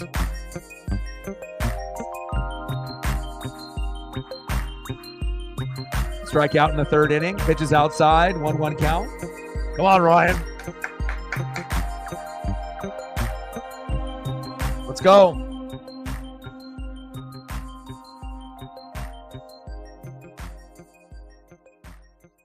Pitches low and outside. 2-1 count. Batting .194, 1 homer, and 2 ribbies in limited action. Just getting called up from AAA recently. I like his defensive prowess. And again, he's kind of raw as a hitter, you know, just like Tyler Locklear. But I like when new guys come into the lineup to see if they can prove themselves. 2-1 pitch. Big swing and a miss by Bliss. 2-2 count. Now, obviously, Bliss being a little undersized is going to be something that these pitchers are going to take advantage of. A little bit more room in that strike zone. Pitch is high. 3-2 count. Count is full.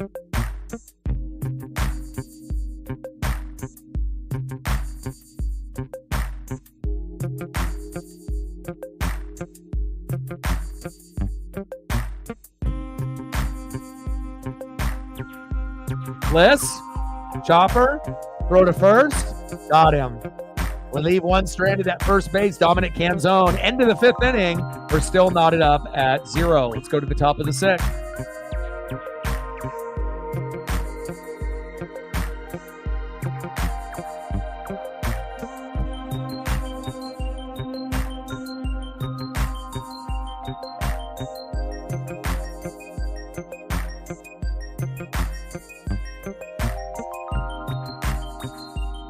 Squeeze in a few more here for Megan with her support to the channel.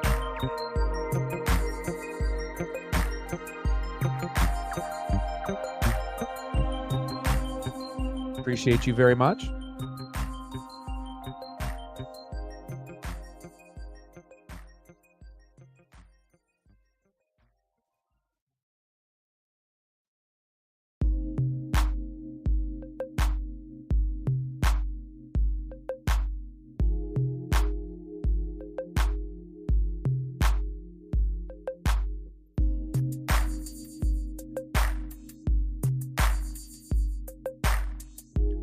Due up for the White Sox in the top of the 6th, 0 for 2, second baseman Nicky Lopez.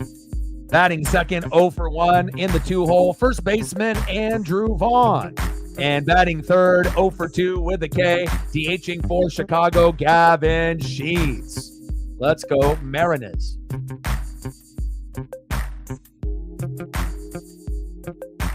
Had to hit you a little Jim Zorn there.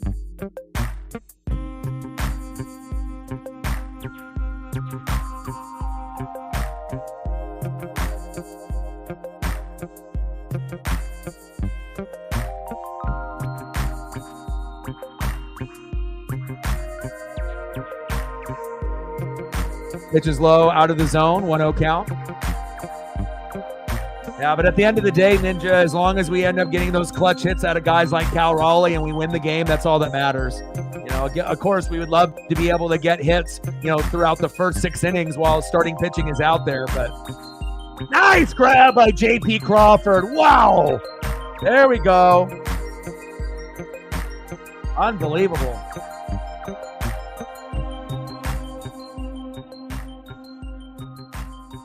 Great athleticism there by J.P. Crawford. That's my guy, baby. Right at the tip of the mitt.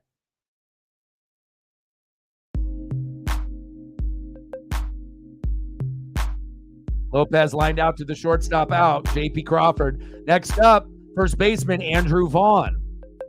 Vaughn, chopper, JP, block clear, 2 away. Next up for the White Sox, DHing for Chicago, Gavin Sheets.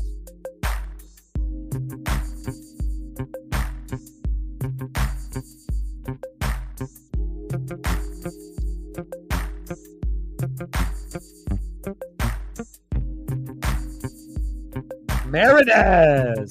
Let's go.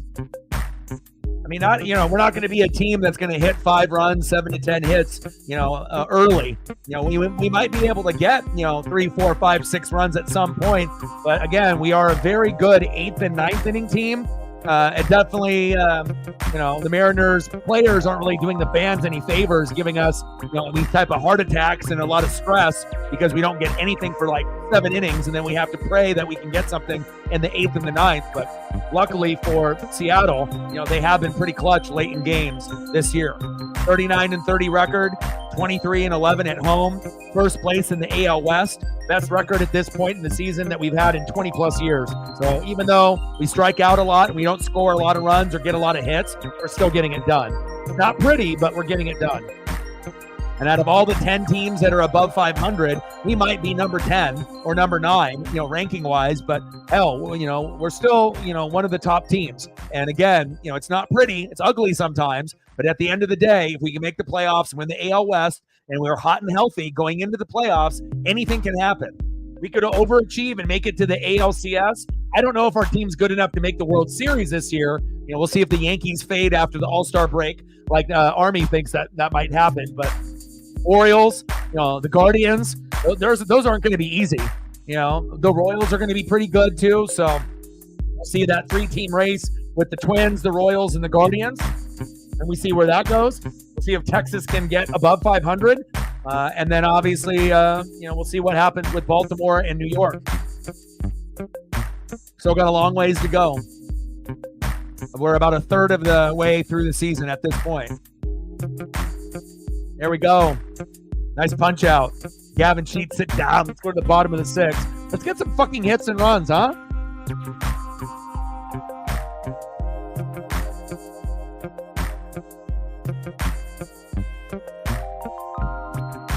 Due up for the Mariners, 0 for 2. Shortstop, J.P. Crawford.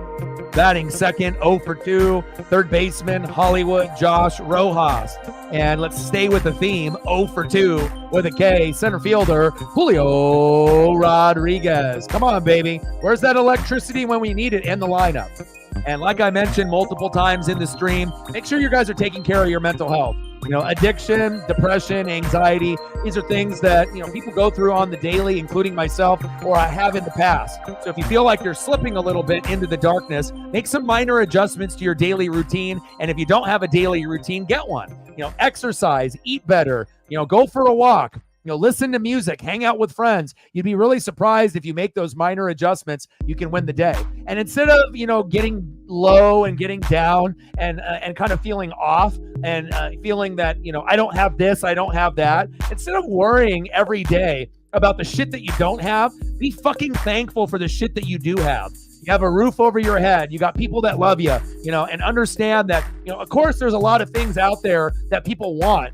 But again, a lot of people don't take the time to step back, look at themselves in the mirror, and be actually happy for the things that they have. And I'm super grateful that I got my pup, Paisley pup, because if I didn't have her, who knows, I might not be here today. Let's go, baby. Let's go to the bottom of the 6th inning and start a little bit of a rally, starting it off with J.P. Crawford. Let's go.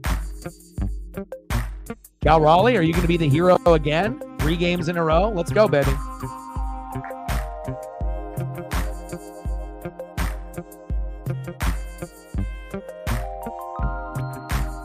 Yeah, and if we don't make the World Series this year, you can tell we're coming. We're getting there. Like in the next 15 years, it's going to be the best run the Mariners have had in their team's history. Like in 15 years, we could make the playoffs 10 to 12 times. And out of those 10 to 12 times in 15 years, JP, diving. Wow, what a defensive play there by the White Sox. Incredible. But again, if we make the playoffs 10 to 12 times out of 15 years, there's a good chance that the Mariners could possibly make a World Series or 2. And, we've never been to one. So the first time that we go, we would probably lose. sometimes you got to crawl before you walk. But I do think that it is possible with the way that this team is built, even though the ownership doesn't really help us out too much. I think that we could end up winning a World Series in the next 15 years. And who knows, if things, bounce our way, hell, we might be able to get to an ALCS or a World Series this year, next year, or the following year. I mean, you never know. Because honestly, I'm not intimidated by the Yankees or the Orioles or the Rangers or the Royals or the Guardians or the Twins. I respect and I understand how good those teams are, but I feel that we're right there with them. The Yankees and Orioles might have a better record as well as the Guardians right there, but with all things considered, diving catch on Rojas. Wow, Chicago playing some great defense out there. Got a couple divots out there on the grass. He's picking those up. Wow, look how many divots came out. 1, 2, 3, 4. They're going to have to fix that field. What a catch. Knee to the turf will loosen up that turf real easy.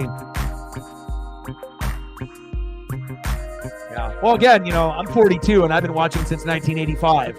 So again, to have 20 plus years of garbage and then to finally be relevant, it feels good. 2022 was a magical year with Cal Raleigh with the walk-off to get us to the playoffs. We didn't make it last year because we weren't consistent. This year, we're going to win the AL West, and we are going to make it. But depending on how far we go, it's going to be up to Scott Service, the management, the ownership, as well as the players, the catchers, the pitchers, and the bullpen. So we'll see if we can put it together. But it seems like we're getting closer and closer and closer every year.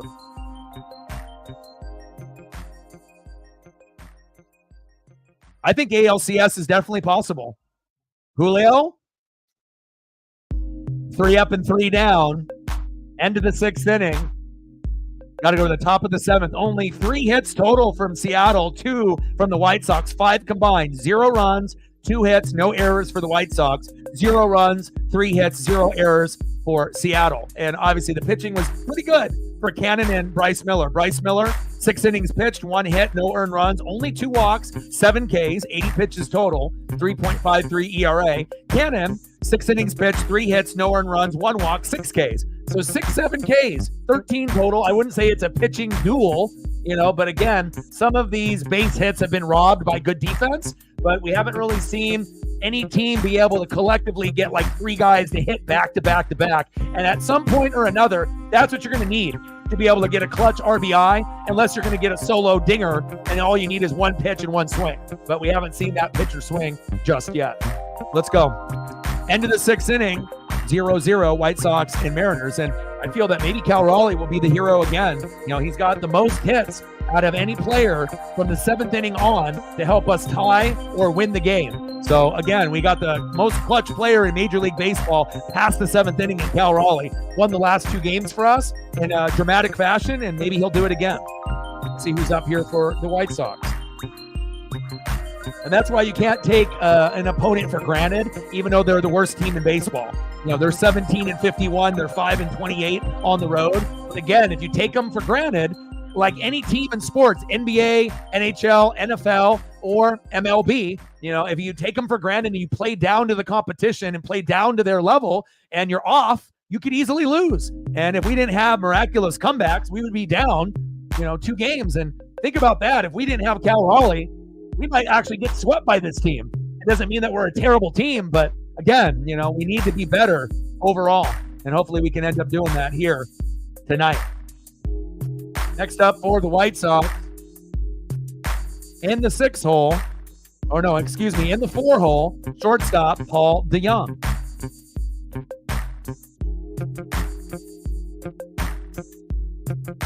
First pitch, chop foul.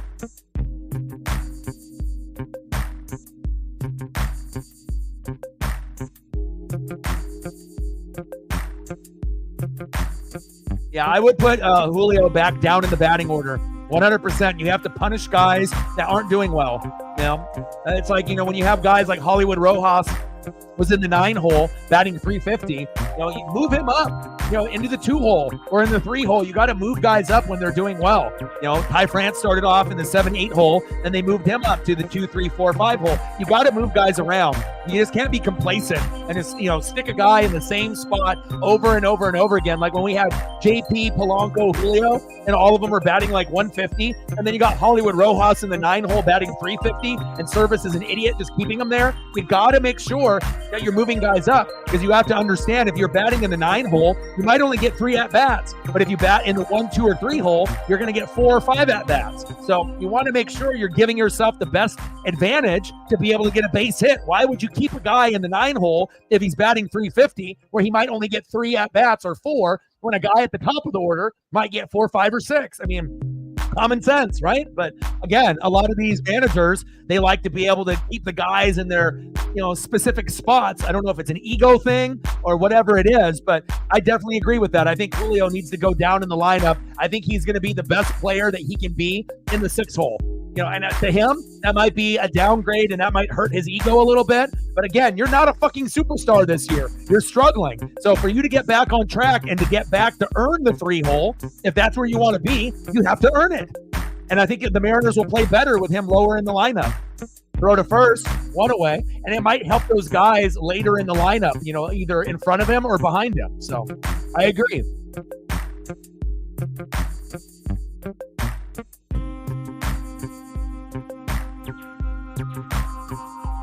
DeYoung grounded out to third, 1 away. Next up, center fielder Oscar Colas. I mean, shit, they had Corbin Carroll after making the World Series and looking like a fucking stud last year. Hell, they had him batting in like the 6, 7, 8-hole this year.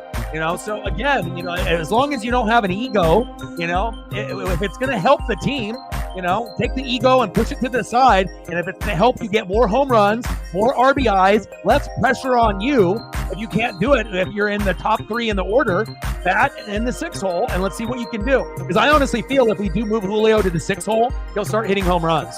It'll be less pressure on him, batting with the guys that are around him, batting in the 4, 5, 6 instead of in the 1, 2, 3. 100% agree. Next up is Zach Deloach. 0-1 count. And again, and also too, statistically speaking, for analytics and whatnot, I don't like when they have switch hitters where they have like a lefty pitcher and then you have to go righty. If you're a better lefty hitter like Cal Raleigh, even though statistically speaking, they say, well, if the pitcher is left, you need to bat right. But if you're like 80 points below, batting from the other side, and you're more than likely going to pop up or strike out, I would just like to be able to have the strong side there. But again, with metrics and whatnot, they always seem like they want to do the opposite. Left-handed pitcher, right-handed batter, right-handed pitcher, left-handed batter. But again, that's another part of strategy that I think is kind of bullshit, that I think that if there's someone who's batting 290 from left and they're batting 190 or 200 from the right, bat on the side that you're strongest, even if it might be a tough pitcher that you're going against. I still think you're going to get a better chance to get a base hit on your strong side. But again, that's the manager's decision. Pitch is high, 2-2 count to Zach Deloach. And we don't have shifting anymore. We got a guy, obviously ghost runner at second when we go to extra innings. You got the pitch comm and the pitch clock. You got a lot of changes within the last couple years, but you got to be able to adjust to the new game. 2-2 pitch. Got him. Let's go. 8 Ks for Bryce. Good outing for him.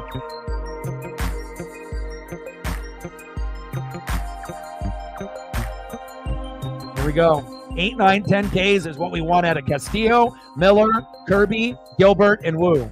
And let's be honest, we're one of the only teams in Major League Baseball that have 5 pitchers that can get 10 Ks. Name any other staff that's got 5 guys that can get 10 Ks in a game. There's not many. Maybe the Phillies. They got a nice rotation with their guys over there with Nola and Suarez as well. But once you get away from the first couple, usually it starts to fade on pitcher number 4 and pitcher number 5. Like even elite teams, they're very strong usually with like the first 3. But then there's a little bit of a drop-off in 4, and usually 5, it's a big drop-off. Like, you're never going to see another pitcher as good as Brian Wu in the 5-hole on any team in baseball. Like, he's the best 5-hole pitcher in Major League Baseball, American League or National League, And then when you can get that kind of consistency, luckily that MRI is negative, and we'll be okay. All right, we're time for a rally. We're going to do it here. All right, we got Cal Raleigh on the thumb. We're going to do it. He's won the game for us. He's got the most clutch hits past the 7th inning. We are in the bottom of the 7th. Cue Cal Raleigh. This is where we're going to end up getting our first run. Let's go. Leading off for the Mariners in the bottom of the 7th. 1 for 2. Big dumper. Catcher Cal Raleigh. Batting second, 0 for 2 with a K. Left fielder Luke Raley. And batting third, 0 for 1 with a base on ball and a K. DHing for Seattle, Mitch Garver. Like, sub, donate, comment, share. Help your boy out. Let's go. What are we at on likes right now? We're at 40 on the dono, 60 to go. And we have 103 people watching. And I told you the viewership will go up as the game gets closer and closer in the 7th, 8th, and 9th. We got 50 on YouTube. We got 56 on Twitter/X. So do your boy a solid and like the stream for me. We're at 31 likes out of 51 people watching on YouTube. So for those other 20 that are watching, do your boy a solid, help us out. And the more likes that we can get, the more people that we can join on the stream. Thank you so much. Let's go, baby. Let's go, Cal. Takes 1 second to smash the like button. 0-1 pitch to Cal. Chop foul, 0-2 count. Let's go, big dumper.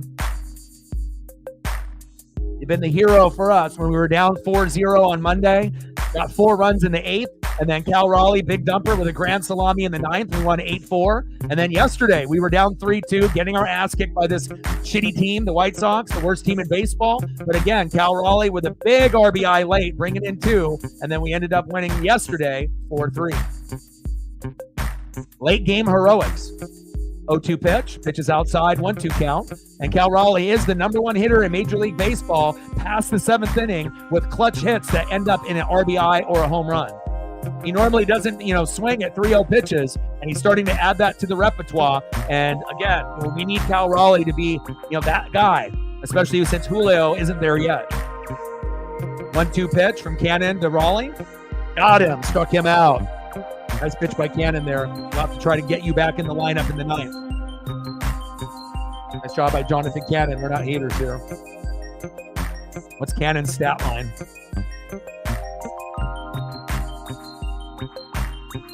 Cannon, 6.1 innings pitched, 3 hits, no earned runs, 1 walk, 7 Ks. 15 Ks combined. Uh-oh. Back. Luke Raley.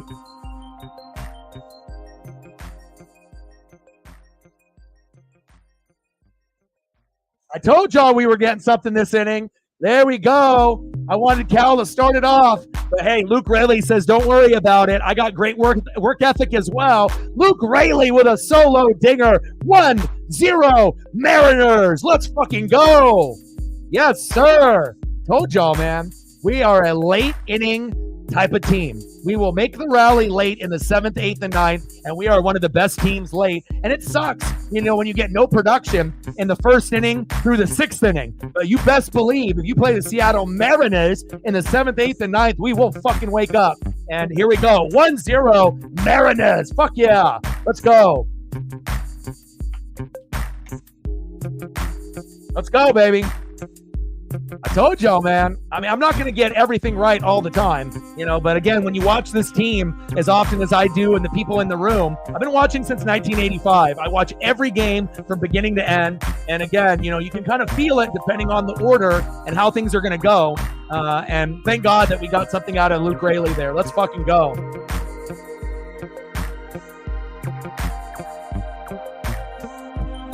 Army, baby. Let's go, baby. Let's go. Army watches a lot of baseball as well. Eli with a 20. First dono to the channel ever. Let me know what you want to do for photos for your favorite player, past or present. And I got you. Stacks on stacks, racks on racks, a little cactus jack, bang, bang. We're at 60.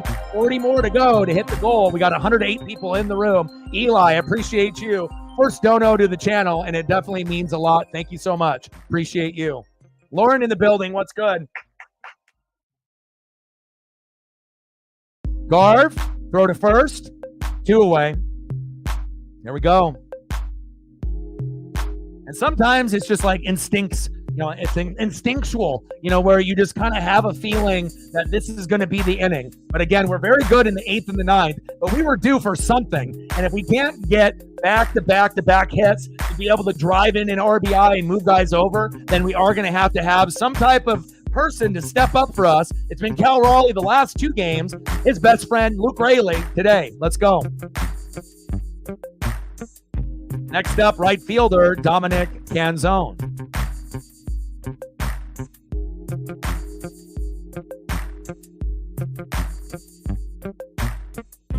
Pitch in the zone for a strike, 0-1 count. Come on, baby. Go, Dome.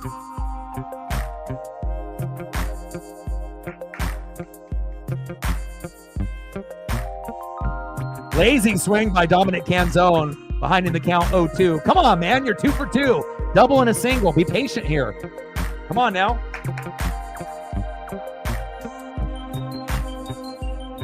Oh, 2 pitch.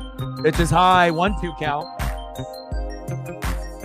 All right. I hope you feel a little bit better. Thank you so much for your support. And I'll be live again tomorrow. Same time, same place, 6:30 Pacific for the White Sox and Mariners game number 4. If we win here, we're going to be going to the sweep.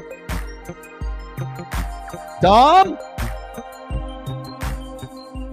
And that's it.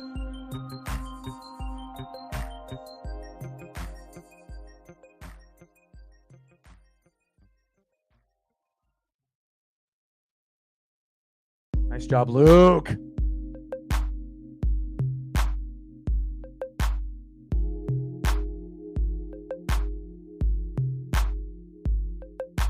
And if you do got a Twitter/X, do your boy a solid and like and retweet the stream. Shout out to True North Trident and Lauren and Elliot and Sarah and Matt. Appreciate you guys very, very much. So Army as well. True North Trident, Lauren, Elliot, Sarah, Matt, and Army. Shout out to you guys. Appreciate you. 111 people in the building. Let's go. End of the 7th inning, 1-0 Seattle. I mean, it's been a little lackluster. We only have 4 hits total, but at least we got that solo dinger. They only have 2 hits total. See if they're going to be making a pitching change, and we're going to bring in Austin Voth. Final stat line for Bryce Miller. Actually had a pretty good outing today. 7 innings pitched, 1 hit, no earned runs, 2 walks, 8 Ks, 92 pitches, 64 strikes, ERA of 3.48. Let's go, Bryce. Let's get his record to 6-5. He's 5-5 now, and his ERA was 3.81 going into the matchup. Now it's down to 3.48. So maybe in another 2 or 3 more starts, he might be able to get under 3, 2.99 ERA if everything goes well. Let's go. Let's go to the top of the 8th inning, y'all. Like, sub, donate, comment, share. Your boy is solid. Like and retweet the stream on Twitter/X. And if you are in the room watching on the YouTube side, please do your boy a solid and smash the like button. We're going to try to go for 50 likes on the stream. Let's go. Let's see who's up here next in the top of the 8th for the White Sox. Leading off, 0 for 2, third baseman, Lennon Sosa. Batting second, left field, Corey Jolks. And batting third, catcher Corey Lee. Unless they end up making changes here last minute. Let's go, baby.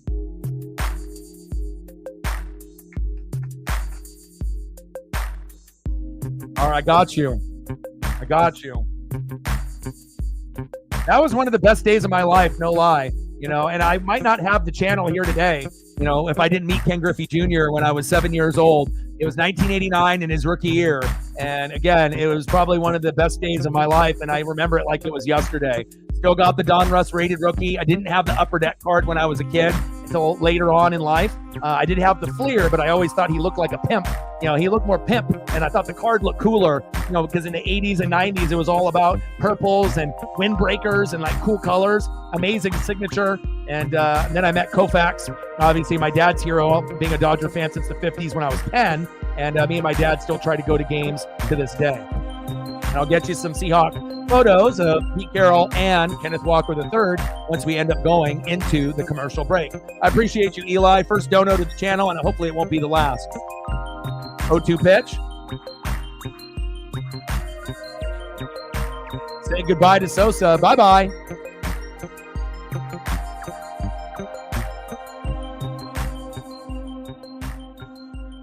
Next up for the White Sox, 0 for 2 with a K, left fielder Corey Jolks.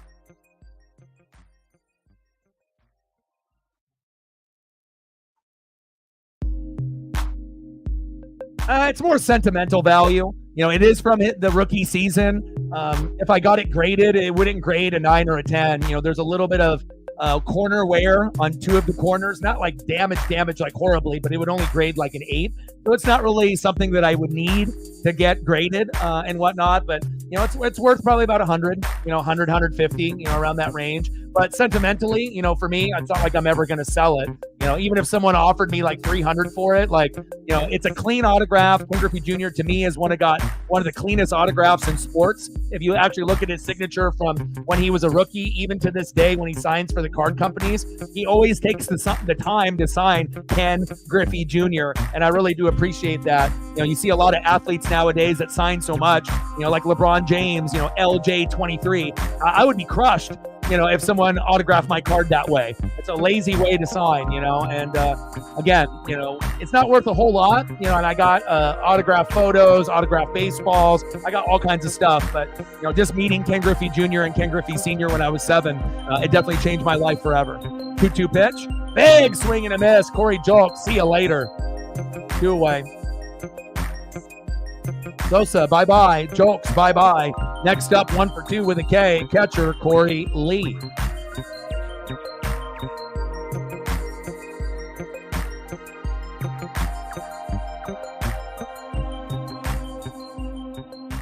But I got a good Mariner collection, of like autographed photos and cards and McFarland's and starting lineups. Like I have like every single Ken Griffey Jr. starting lineup in the package still.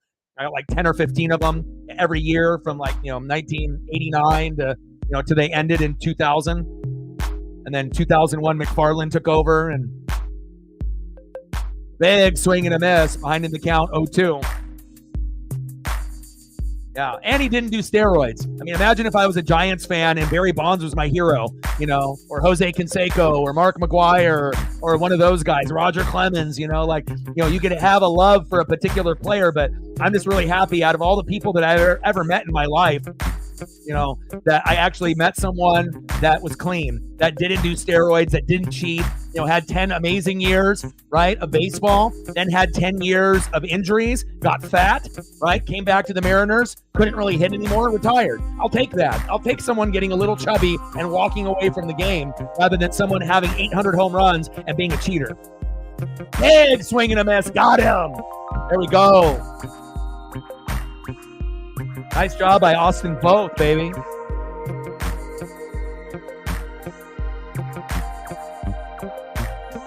We got to throw a photo of both up here. We'll get some photos up here for Eli. All right, let's see here.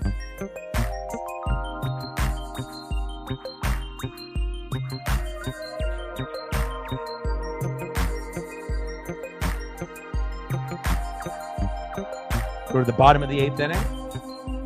1-0 Mariners.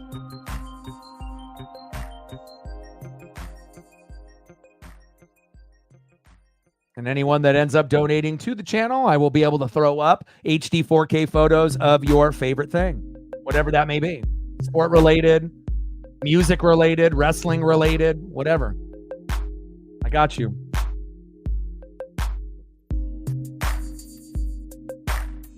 End of an era, but the McDonald era looks like it's going to be very good for Seattle moving forward, bringing that Baltimore Raven defensive mentality to Seattle. That's exactly what they need to be able to compete with the Rams and Sean McVay, as well as the San Francisco 49ers. It will be a 3-team race in the NFC West, with the Cardinals finishing last.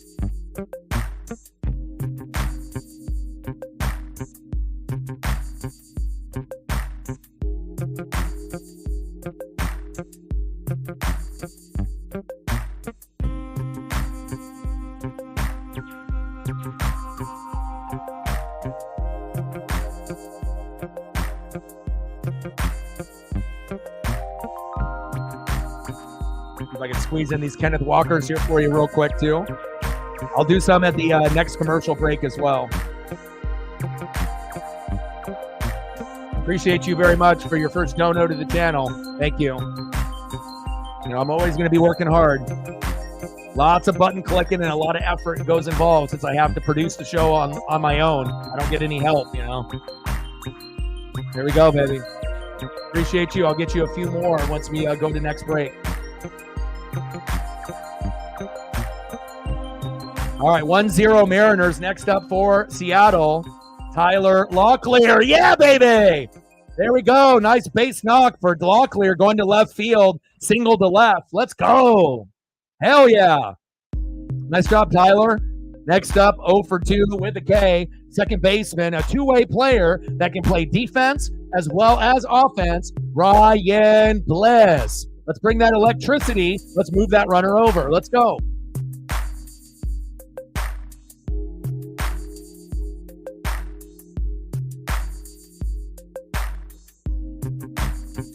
Appreciate you. Oh, I got a lot of cards and a lot of investment stuff for sure. Like my most expensive figure that I got is a King Griffey Jr. McFarland Chase, where back when he was on the Reds, little bunt attempt and out. But it's in a protective, case, like one of the special ones, and it's worth like $300, $350. And I got another one that's worth like $150. That's like an exclusive from Clark. So lots of Seattle merch. I mean, I've been collecting toys and memorabilia since I was 5, and I'm 42. You can imagine how many things I own. Quite a bit. Megan with a 20. Megan with another 20 to make sure we hit our goal. Thank you so much. And we hit a hundo. Stacks on stacks, racks on racks. A little Cactus Jack. Bang, bang. Thank you so much. I appreciate you. Like, sub, donate, comment, share. Thank you so much. I appreciate it. I got a lot of bills, so.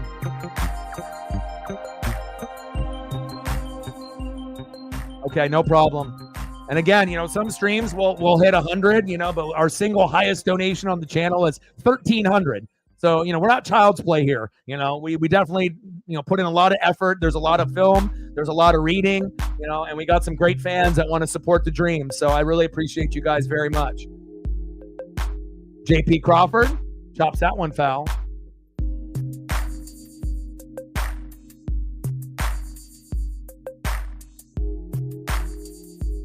We'll get some photos for Megan. If she has to leave, we'll get them tomorrow. And if she's going to stay around, we'll get some at the commercial break. And we'll get some for Eli as well. 117 people in the building. Bottom of the 8th, 1-0 Seattle. Runner at second, one away. 1-2 pitch from Leisure to JP Crawford. Oh, almost a balk there. Come on, JP. Bring that electricity. Move that runner over, baby. Let's go.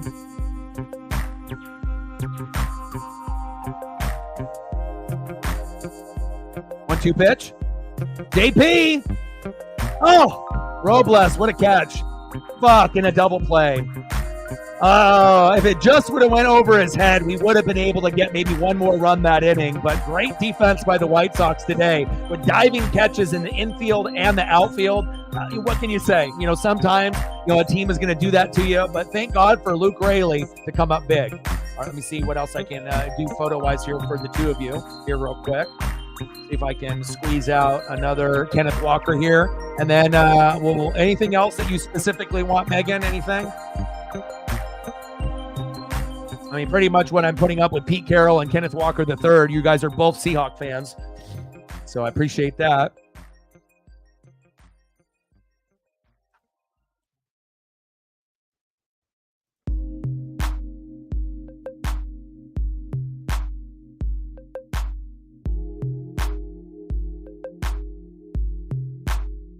You got to work fast. People don't realize how fast you got to work. Commercial breaks do not, take a whole lot of time, so I have to really work hard. Appreciate you guys very, very much. Anything specific you want, Megan? Let me know. Let me delete those, make some more room. It only allows me to do like 100 photos at a time, so I have to usually delete a few to make room for more.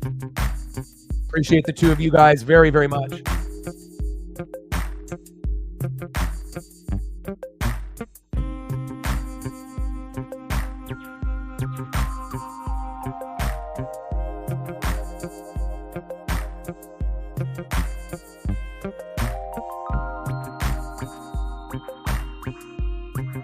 I'm squeezing some in here for you. some of your favorite things. Fallout, great show. Stefan, you love him.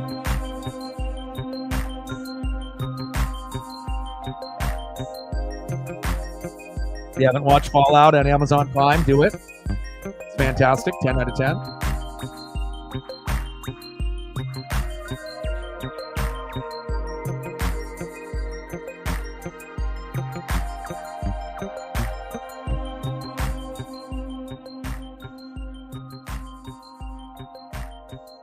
Appreciate you. Let's go, baby. Bauman's coming in. Let's go.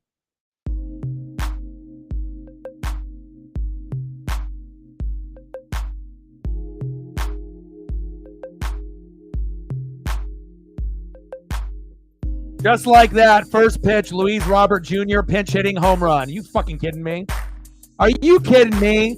All that hard work for the Mariners for him just to get one pitch right down the middle from Bauman, and he hit a solo dinger 368 feet, and now the game is 1-1. Unfucking believable. Jesus Christ. Are you fucking kidding me? Well, that was great timing for him to be able to hit that fucking homer. Jesus Christ. Well, we're going to have to really dig deep now.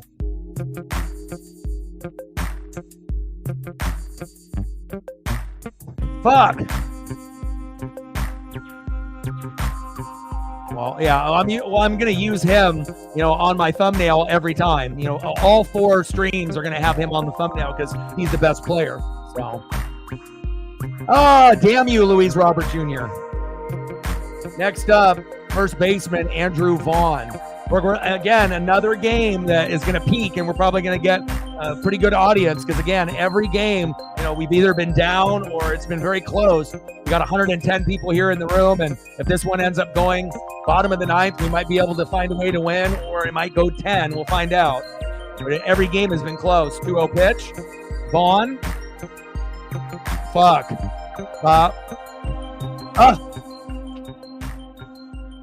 Thank God. Victor Robles. Jesus. That was scary. That's why it shows you how important Andres Munoz, is. It's like we got to have guys when you have guys like Taylor Saucedo and some of these other guys, I don't know. It's like sometimes they play okay, but a lot of times the bullpen fucks up. And it's like we worked really hard to get a lead, and then sometimes, we can't hang on. But again, it's not like, we've been putting up 4, 5, 6, 7 runs. I mean, it was only 1-0, but it's just kind of ironic. We threw one pitch, and then he fucking homered off of it. So.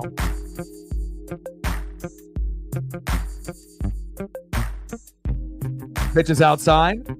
2-0 count. But the thing is about Luis Robert Jr., I mean, he only plays 50 to 100 games a year.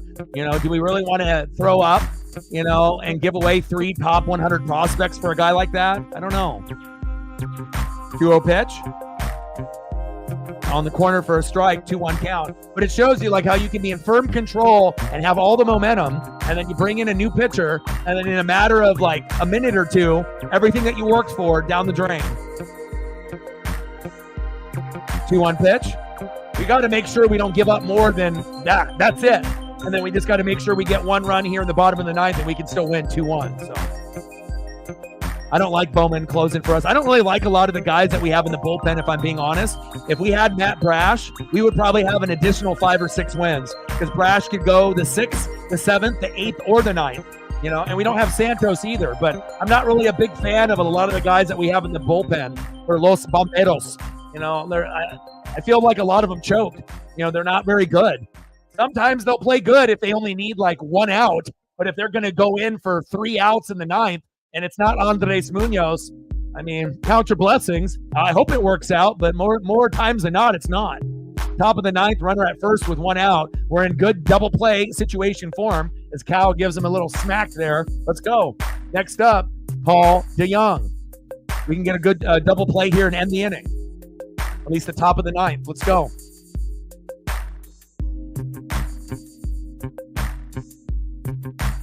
Yeah, but the Paul Sewald trade worked out pretty good for us. We got Hollywood Josh Rojas, Dominic Canzone, and Ryan Bliss, and all 3 of those guys are in the lineup. So it was a 3-for-1.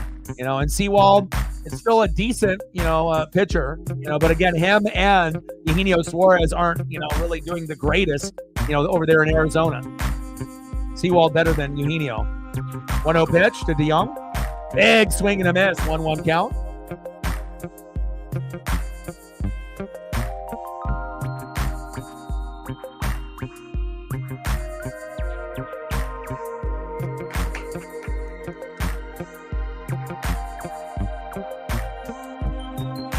Big swing and a miss. 1-2 count. We're at a hundo, not 60. Wake up, man. You've been gone for 2 weeks in Hawaii. You're slipping. Hundo, we're at 100. Let's get to 2. You're copy and pasting. Copy, paste, copy, paste. You got to stay within the game, my guy. Wild pitch. Runner advances to second. 2-2 count. Copy, paste, copy, paste, copy, paste, brother. Let's go. Stay within the game, brother.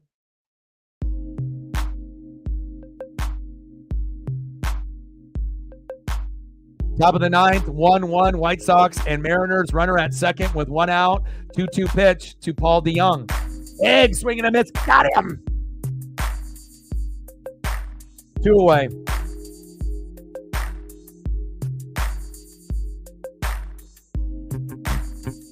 Yeah, pull him. Pull his ass. Next up for the White Sox, center fielder Oscar Colas. And they're bringing in Taylor Saucedo, which I don't really like, honestly. But if it's only for 1 out, he can do it. If it's 3 outs, that's when you have to worry. But when Taylor Saucedo has to come in for just 1 out, he'll be able to get the job done more times than not. But when you have like 2 or 3 outs, that really makes me worried. Because a lot of time with Taylor, when he comes in as a lefty, he's wide left, like 2 feet off the plate. Wide left, instead of going inside and jamming the hitter. And then if he ends up throwing one right down the middle, what happens? It ends up being a homer. So we'll see what happens here.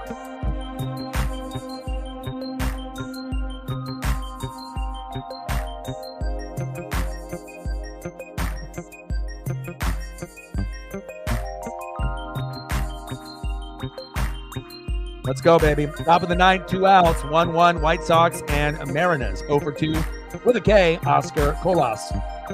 He ain't going to homer.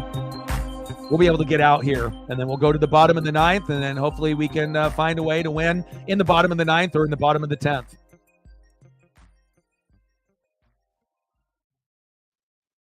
Let's go, baby. See if I can queue up a few more photos here while we're waiting.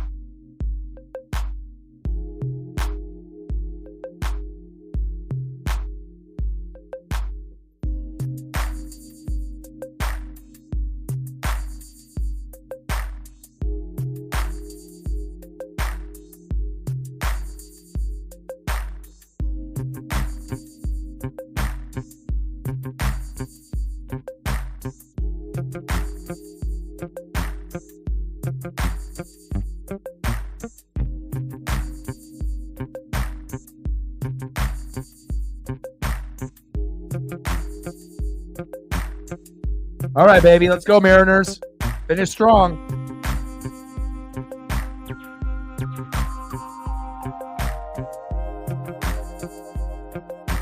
All right, squeezing a few Steve Largents there for the 2 of you.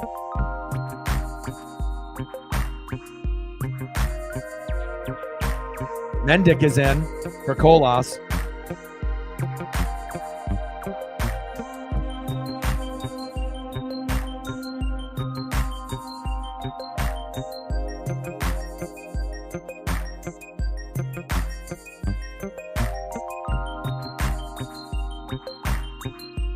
Chopper is foul, 1-1 count for Danny Mendick.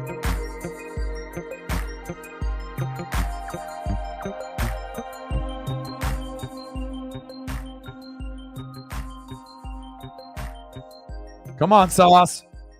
Find a way. 1-1 pitch. Big swing and a miss.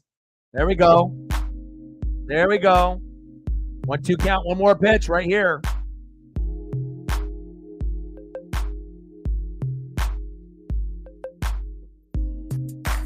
Go, Sauce. We got this.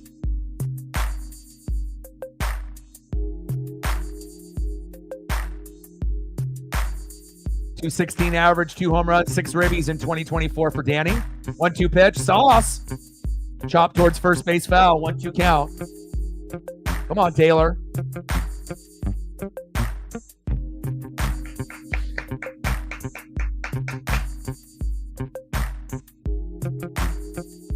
Got 131 people in the building. Like, sub, donate, comment, share. Let's try to get to 50 likes. I don't know where we're at right now, but hopefully we're at 50 or 60. Oh, my pup is in the room. What's up, Paisley? Bitch is outside. 2-2 count. She says, I miss you, Dad. Yeah, I think I would have went with Kolas instead of Mendick, but maybe they know something that we don't. Smoke 'em. 2-2 pitch from Taylor Saucedo to Danny Mendick. Steps off the plate. Calls time.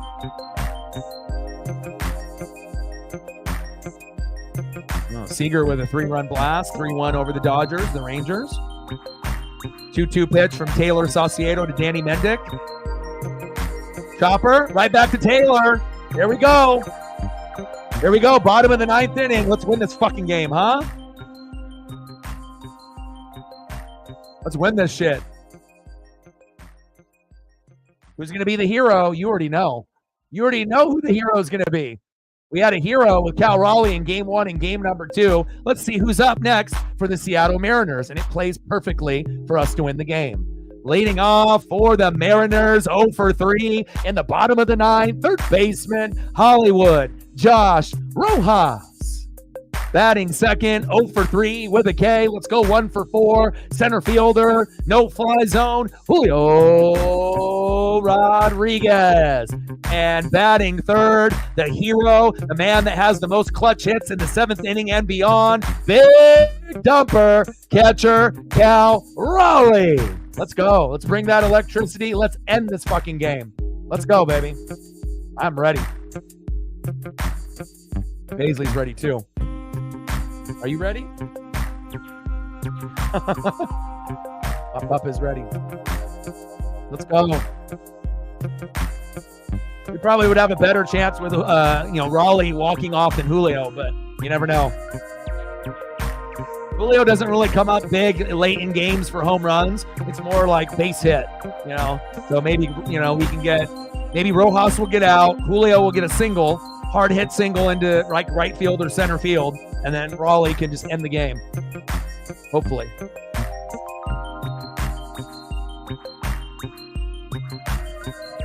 All right, baby, let's go. If I can squeeze in a couple more photos here before we come back.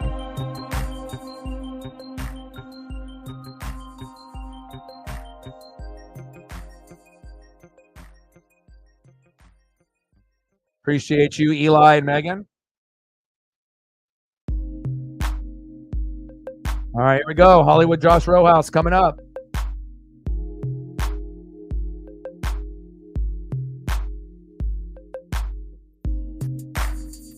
In the box, bottom of the 9th, 1-1. Hollywood Josh Rojas. Come on, Ems. Big swing and a miss. 0-1 count.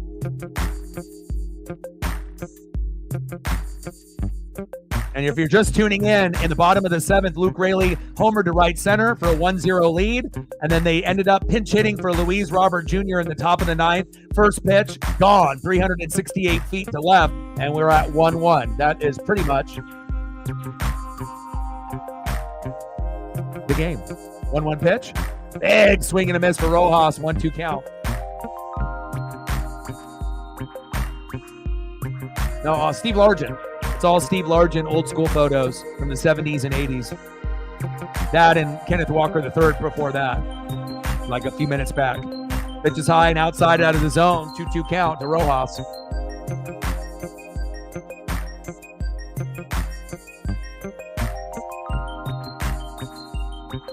Come on, Josh.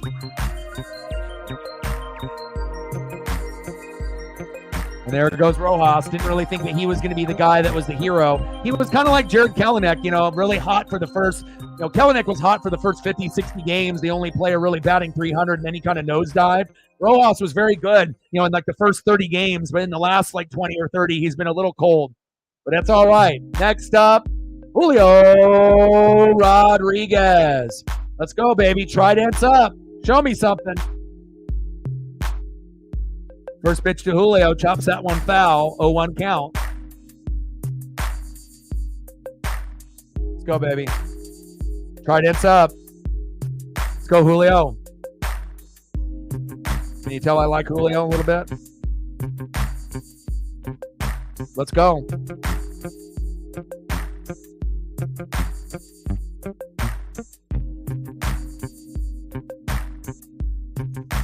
.268 average, 5 homers, 25 ribbies.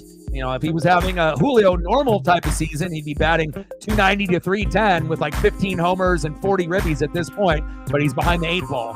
0-1 pitch. Pitch in the zone for a strike, behind in the count 0-2. No other superstar player gets behind in the count 0-2 more than Julio Rodriguez. Now, if he was Pete Rose, Ichiro, or Tony Gwynn, I wouldn't worry about it, but Julio is not them. 0-2 pitch from Kopech to Rodriguez. At least he didn't strike out right there. Pitches 3 feet off the plate, outside, low, 1-2 count. Let's go. You're not going to get a Julio home run here. I mean, it would be nice, but pitch is high. They're not going to throw easy stuff to him, 2-2 count. I mean, I hope I'm wrong, and Julio does hit the home run. But again, I think we would have a better chance with Cal Raleigh, making a big play than Julio. Julio can get a base hit, but I don't know about a home run. 2-2 pitch. Pitch is high, 3-2 count. Maybe we'll just take a walk. What are the chances that Julio has the balls not to swing and we can get on first base? Or is he going to try to be a hero and be hero ball and just swing for the fences? I would rather have him get a single and then have Cal Raleigh knock him in, But we'll see where it goes. Take a walk or a single. I don't need a home run. Just get on base. That's what you need to learn as a superstar. Get on base. 3-2 pitch. Chop that one foul. Count remains 3-2. Just get on base. You don't have to be the hero. Obviously, where has that gotten you so far? You have 5 home runs. There's people that already have 20 plus. You're behind the 8 ball. Be a team player. Don't try to be greedy. Don't have an ego. Just get on base. Bottom of the 9th, 1-1, White Sox, Mariners, 1 out, 3-2 pitch to Julio, 0 for 3, make it 1 for 4. And there's the walk. Very close. Could have been a strike 3 right there. We'll take it. Very, very close. About 6 inches off the plate. There we go. Next up, big dumper, catcher Cal Raleigh. Game number 1, we were down 4-0, right? We got 4 runs in the 8th and a grand salami, right, in the 9th. And we ended up winning 8-4. Yesterday, we were down 3-2. Who's the hero? Guess who? Cal Raleigh. We ended up winning 4-3. Can he do it again? 3 games in a row. And if you're not sold on Cal Raleigh being the best clutch hitter in the 7th inning and beyond, I don't know what to tell you. But one thing is for sure, pay that man. He needs to be a Seattle Mariner for life, and he's going to be the best catcher the Seattle Mariners have ever had, even better than Dan Wilson when it's all said and done. Batting average could be better. .213 average is a little low. Throw to first, safe. 12 home runs, 42 ribbies. But I really do believe in Cal Raleigh, and the reason I love him so much is his leadership and his work ethic. Some things that you just don't see in the batter box or on TV. Him and Luke Raley are good friends, and they put in a lot of work. Bottom of the 9th, 1-1 game. Throw to first to Julio, safe. Runner at first, 1 away. 16 for 20, and Julio better not try to steal. Because he's gonna get called out. Just let Cal Raleigh be Cal Raleigh. Let's go. Come on, baby. You got this, Cal. Come on, Cal. 0-1 pitch. The big dumper. Pitch is outside. 1-1 count. Good eye, Cal.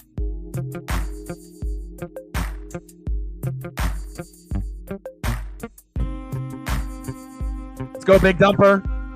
And, you would think that Julio would be the guy that's the most clutch, but it's this man right here, big dumper, Cal Raleigh. Most valuable player on the Mariners, in my opinion, for everything that he brings. You got to understand, catcher is one of the hardest positions to play. And when you have 5 studs and 1 through 5 with Castillo, Kirby, Gilbert, Wu, right? You got all of these guys that are just so phenomenal. When they start getting depressed, who's the one that brings them up? Cal Raleigh. Let's go. Kopech on the mound, bottom of the 9th, 1-1, runner at first, 1 away, 2-1 pitch. Right down the middle, takes a strike looking, 2-2 count. Bryce Miller had a good game. Let's win it for him. Bang, bang, baby. Bang, bang. Let's go. Come on, Cal. 143 people in the building. Smash that like button if you haven't already. Bottom of the ninth, 1-1. Runner at first, one away. 2-2 pitch to Cal. Big swing and a miss. Struck him out. Damn. I guess he can't be the hero 3 games in a row. But you know a guy that could be a big hero? The guy that gave us our solo dinger, the only run today. Left fielder, Luke Raley. Can we get 2 home runs in one game? I don't know, but I know someone that can be electric. Let's go, Luke. Come on, Luke. Pitch is outside, 1-0 count. Luke Raley's got good eyes, too.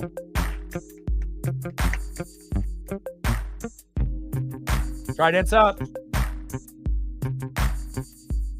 Bottom of the ninth, 1-1. Runner at first, 2 away, 1 for 3 with a solo home run in the 7th to give us our only run. 1-0 pitch from Kopech to Raley. Big swing and a miss. 1-1 count. Yep. Let's go. We might have to win this in the bottom of the 10th. Not saying I don't believe in Luke Raley, but pitch is high. I'm not sure if we're going to get the proper pitch to walk off. You know, it seems like Kopech will be throwing balls or walking batters. Unless he swings out of the zone, out of the strike zone for a homer, which is possible. High and outside for off home run. We'll see. Bottom of the ninth, 1-1. Runner at first, 2-1 pitch. Big swing and a miss. 2-2 count. Come on, Luke. Come on, baby. Come on, baby. Mariner Moose is out. Be electric, my guy. Let's go. 2-2 pitch from Kopech to Raley. Little blooper. Fuck. And there it is. Bottom of the 10th is where we're going to have to go. The White Sox find a way. And let's go to the top of the 10th. We're going into extras. And if you haven't smashed the like button just yet, please do. We got 150 people in the room. And we've been peaking these last 3 games. Who would have thought that some of the higher numbers on the streams would be against the fucking White Sox? But here we are. Where are we at on likes? We're at 45 likes, 90 people on the YouTube side, and then we got another 60 watching on Twitter/X. On Twitter, they don't have a like button. So out of the 90 people that are watching right now, we only have 46 likes. So do your boy a solid, smash the like button. Let's at least get to 50 or 60 likes. If not every single person is going to smash the like button, fine. But for the other 54 people that are watching that haven't, or 44, do your boy a solid. You know, it'll help us get more people in the room. Let's go. All right, let's go to the top of the 10th. Let's see where we're at for the Chicago White Sox. My pup is getting impatient with me. Let's go. Next up for the White Sox, 1 for 3 with 2 Ks in the top of the 10th. Right fielder, Zach DeLoach.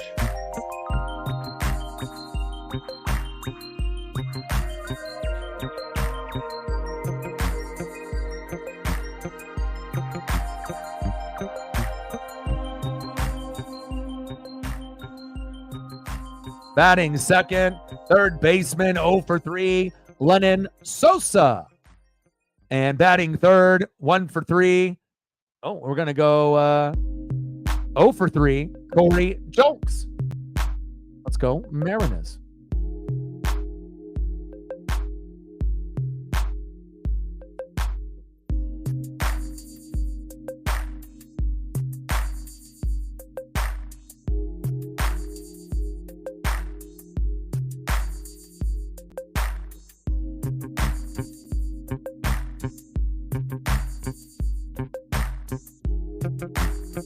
This is what's going to give us the victory right here.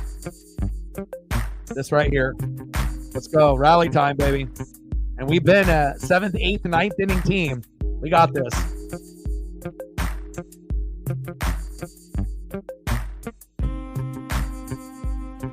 Top of the 10th, 1-1, White Sox and Mariners. Danny Mendick, ghost runner at second.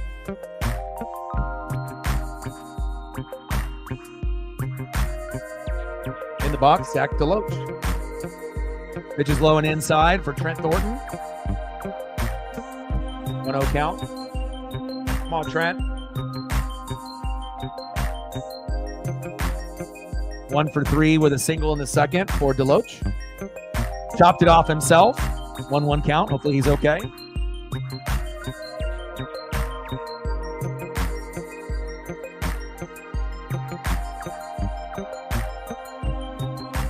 Sergio in the building. What's good? It happens, man. We're not pretty. You know, things get a little ugly sometimes with the Mariners, but again, you know, we are a very good team late in games. We're at 100 in donos. Let's get to 2. And let's get to 50, 60 likes before the stream ends. We can do that. Takes 1 second to smash the like button to show support. 1-1 pitch. Pitch is inside. 2-1 count from Thornton to Deloach.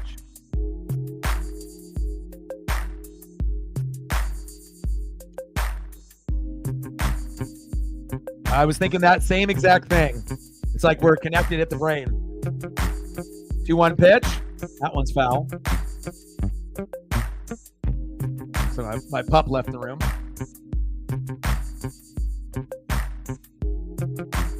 She said, "Damn it, Dad, it's going into extras." I got to take her for a walk, but we got to get this Mariner victory first.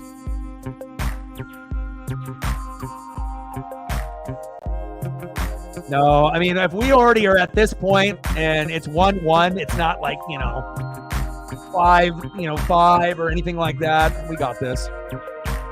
There we go. 1 away. We're trying to get this victory. And again, if we win this, then obviously we'll go for the sweep tomorrow. But when the game is this close, and I mean, we had one bad pitch all game. You know, when Luis Robert Jr. came in and pinched hit and then homered, and that's really all they've had. So I'll take what the Mariners have done up to this point compared to what the White Sox did. They only have 3 hits all game. I know we don't have that much more. We only have 5, but solo shot from Luke Raley, solo shot from Luis Robert Jr. And even though the White Sox got the last run to tie it up, I still think Seattle can win this. I don't think we've given up. We're right there. I mean, how can you give up when you got Cal Raleigh winning back-to-back games for us? Let's go. And plus, if we win this, we'll be 40 and 30. 10 games above 500. Chopper. Throw to first. See you later. 2 away. Deloach. Sit down. Lennon Sosa. Sit down. And next up, left fielder, Corey Julks. We're going to win this in the bottom of the 10th.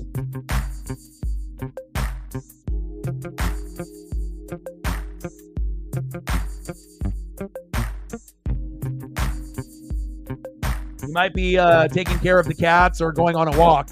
You know, he's got a certain routine that I got too, you know, with my pup and everything. So maybe he'll be able to drop in here right before the game ends.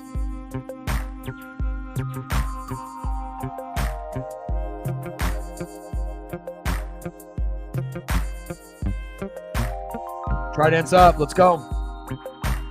Top of the 10th, 1-1 White Sox and Mariners. And if you're just tuning in, it's been pretty ugly. 5 hits total for the Mariners, only 3 for the White Sox. In the bottom of the 7th, Luke Raley homered to right center, 376 feet, 1-0 Mariners. Then in the top of the 9th, Luis Robert Jr., who pinched hit for the very first time, had the day off. Essentially, 1 pitch, homered to left, 368 feet, 1-1. That's where we're at.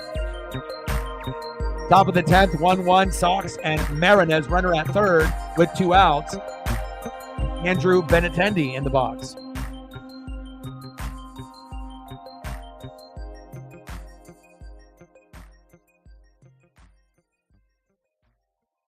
We haven't seen Andrew Benintendi at all in the series. But I got a photo.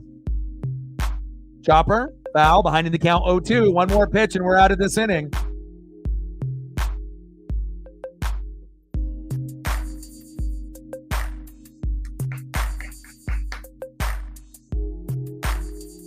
Let's go.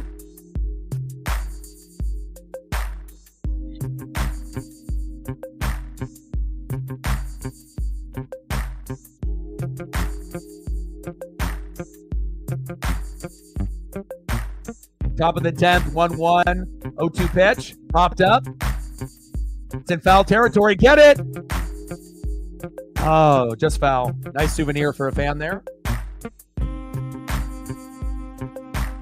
272 career hitter, 82 home runs in his career, 447 RBIs, 962 hits in Benintendi's career. We got this out. Let's go.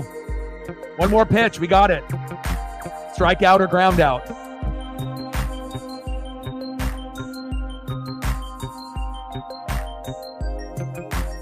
Let's go.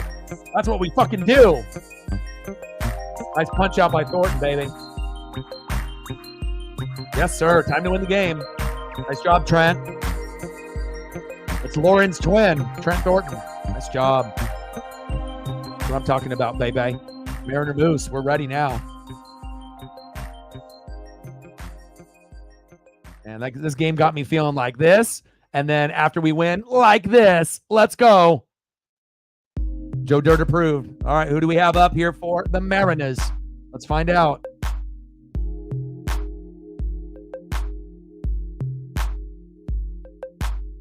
Leading off for the Mariners in the bottom of the 10th inning, 0 for 2 with a base on ball and a K. Sucked ass in April and May, but has been hot in June. DHing for Seattle, Mitch Garver. Could we get a walk-off like we did in the end of April, like this photo?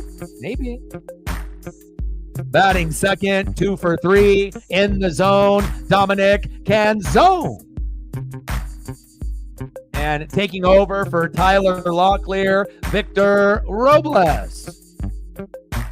And I don't know about Victor Robles doing anything, but hopefully we can get something out of the first two.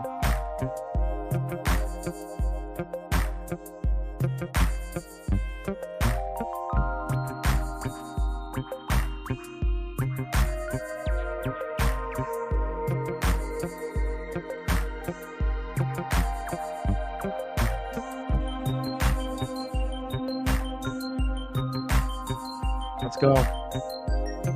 Maybe Victor could be a hero. You never know.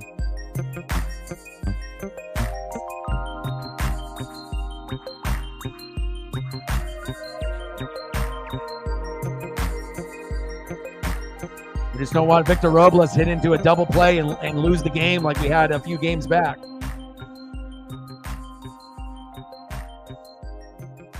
Too bad we don't have Luke Raley up so we could actually bunt the runner over. Jacob in the building. What's good?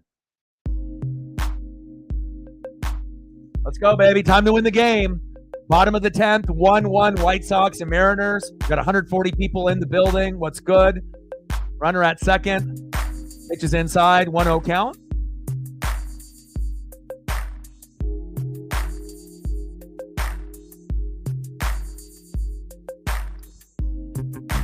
Agreed. Better chance with him than with Victor Robles, per se. 1-0 pitch. Wow, that bat exploded into multiple pieces. Go, Garv. Come on, baby. Wilson on the mound. Garver in the box.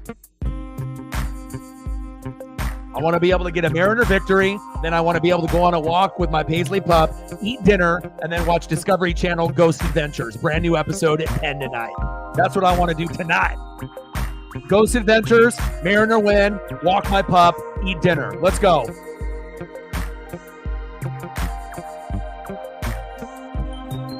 Bottom of the 10th, runner at second.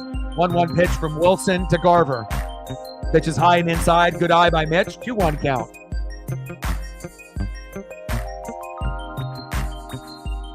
Let's go, baby. Bring that electricity, baby. Let's go. 4-1 in extra inning games. We're going to make it 5-1.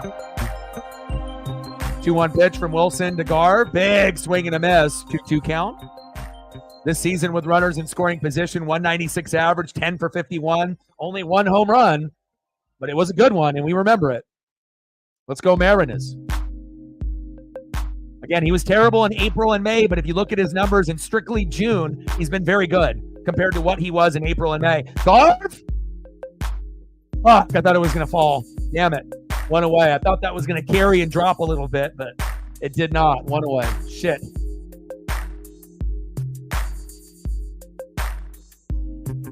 Next up for the Mariners, 2 for 3. Let's make it 3 for 4, and you could be the hero. Right fielder, Dominic Canzone. Go, Dom. Oh, they walked him. Oh, looks like Dominic Canzone to first. Intentional walk. Runners at first and second. And then we're going to have Haniger come in for Robles. Good decision. Don't have Victor in there. Jesus Christ.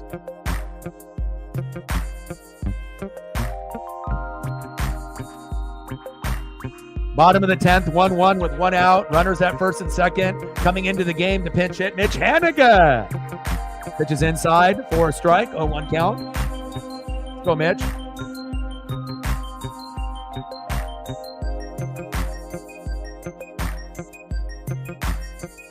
Come on, Mitch. Be a hero.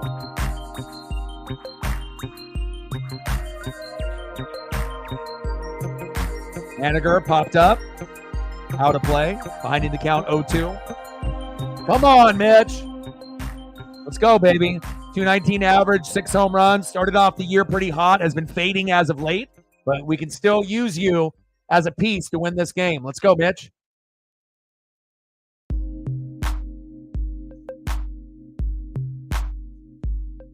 Oh, 2 pitch.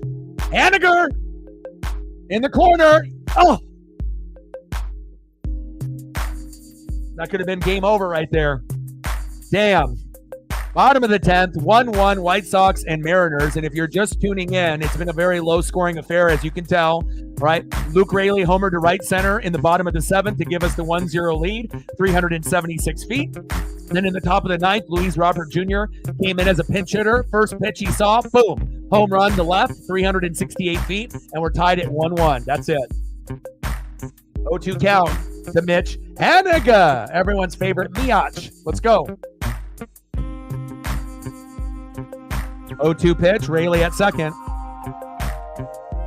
Got that one behind the plate, foul. Count remains 0-2.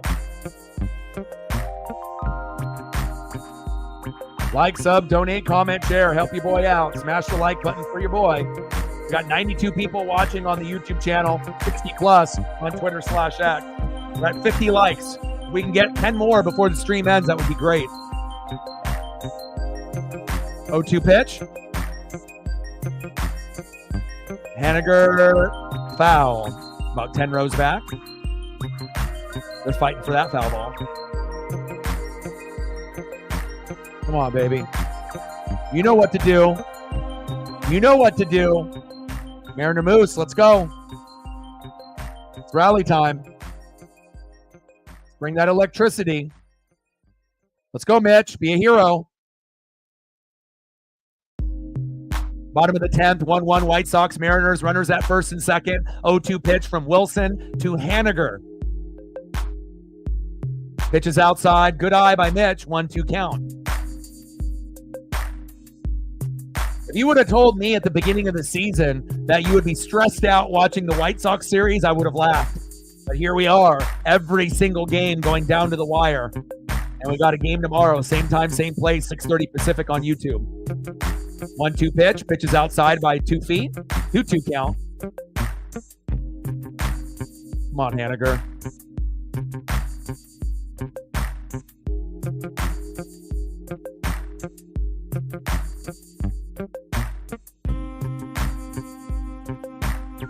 Come on, baby. Fight this. 2-2 pitch. Top foul. Count remains 2-2. Let's go, baby. Cal Raleigh can't be the hero every game. Let's go. Do it for the Moose. Do it for Maurice. Come on, Hanny.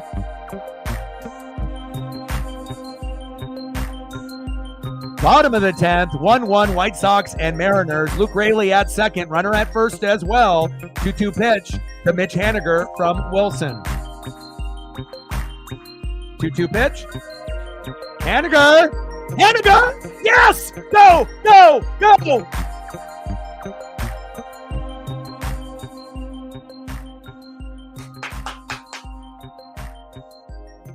Let's go! Woo! Yeah, baby! That's what I'm talking about. You cue the moose, you put up the photos, you win the fucking game. Final score in the bottom of the 10th, Mariners 2, White Sox 1. Let's go. Yes, sir. Nice job, Mitch. Fuck yeah. Let's go, baby. Time for a sweep. Get the brooms tomorrow. Hell yeah. Let's go. And what happens when the Mariners win? We dance. Mariners win. Mariners win. Mariners win. Fuck yeah. Let's go. Final score. Mariners 2. White Sox 1 in 10. Woo! Let's go, baby. Fucking A. Told you Mariners were going to be clutch. Yes, sir. Awesome. I don't think that you would have been able to predict. Like, most people looked at the schedule and saw, oh, the White Sox are the worst team in baseball. We're going to easily sweep them. I don't think anyone anticipated that it was going to be like playing the Dodgers or the Phillies or the Orioles or the Yankees, or one of the top tier teams. It took a lot, but it shows you, even when you play teams that are considerably, not as good as others, and being the worst record in baseball, you can't take any team for granted. Let's go. Let's go, baby.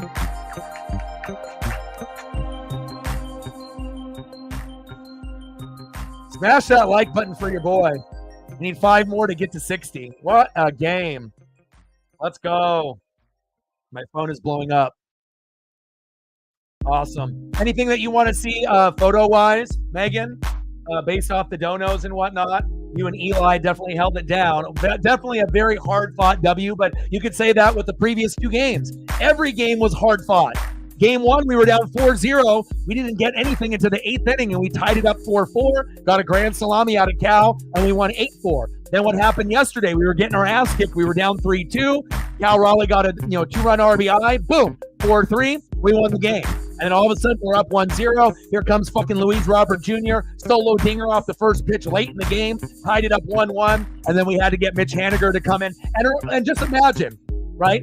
If Scott Service was an idiot and would have had Victor Robles hit, we would have grounded out into a double play, maybe lost in the 11th or 12th. But he made the right decision to get rid of Robles and to put in a guy like Haniger that's just waiting in the wings. You would want a guy like Demo or Haniger in that situation. Perfect decision. Sometimes Scott Service is going to lose us games by pulling a pitcher too early or too late, or pinch running a guy that he shouldn't, or pinch hitting the wrong one. But today, he made the right move. And we're celebrating 3 games in a row against the White Sox. Let's go. Let's go. Fuck yeah. Anything else that anybody wants to be able to see?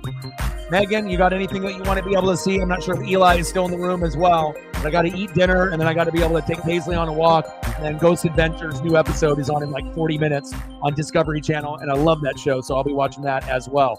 10 games above 500, 40 and 30. And we're talking about a record that we haven't had since the early 2000s. It's been 20-plus years since we have a record like this. I think it was like 03, and we had a very similar record, so pretty crazy. All right, let me see if I can find some Ichiro for you. I don't know how many Ichiro photos I have in teal, but I know I have at least that one, and then we'll see if I can find some others.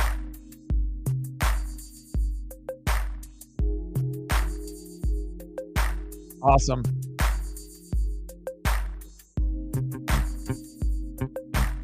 Nice job by Mitch Haniger. You the man, baby. You the man.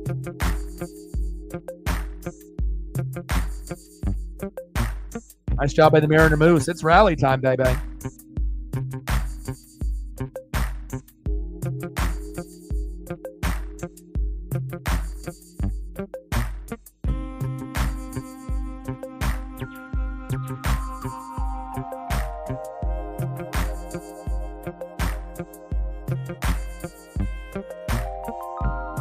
Awesome game.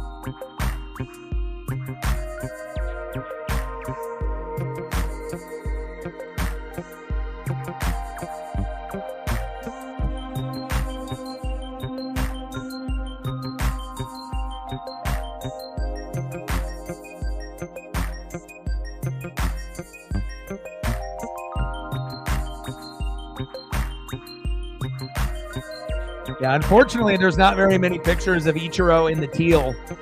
I'm going down and scrolling, and they don't really have too many of him in the teal. Let's see if I change some tag words. The Northwest green is what they call it.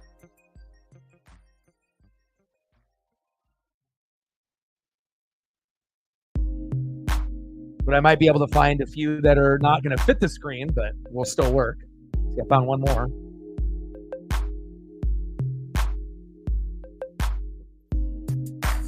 What a victory. Right, I do the classic pose with him in the batter's box, adjusting the jersey, the iconic photo.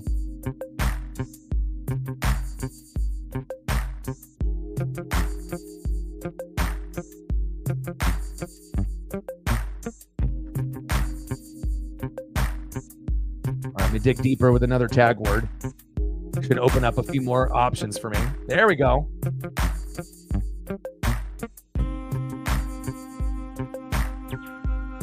And I think I might be able to find one more if I dig with this other tag word and see if I can get one more on here.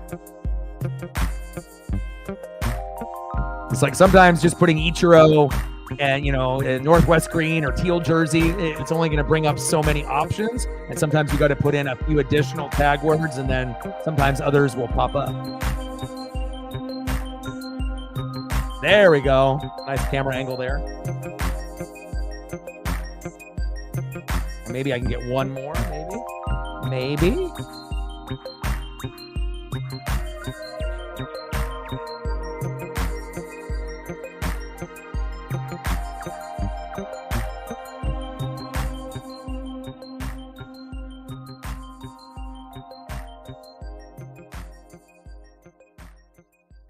Some are converting, some won't.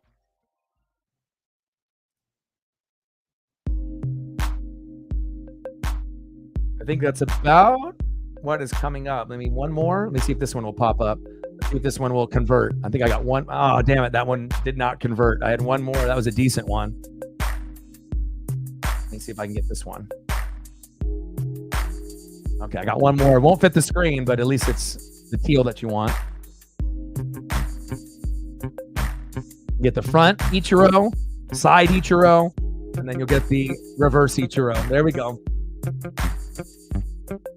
Oh, Paisley's barking. He's like, Dad, I need to walk. Hope you enjoyed those.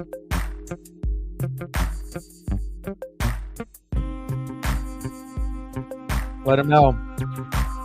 Go M's. 16-6 in one-run games, and normally we're not good. In 2022, we were very good, like that record when we made the playoffs. Last year, we were terrible in one-run games, so it's nice to be able to see that we're getting back to, you know, those playoff ways. Let's go.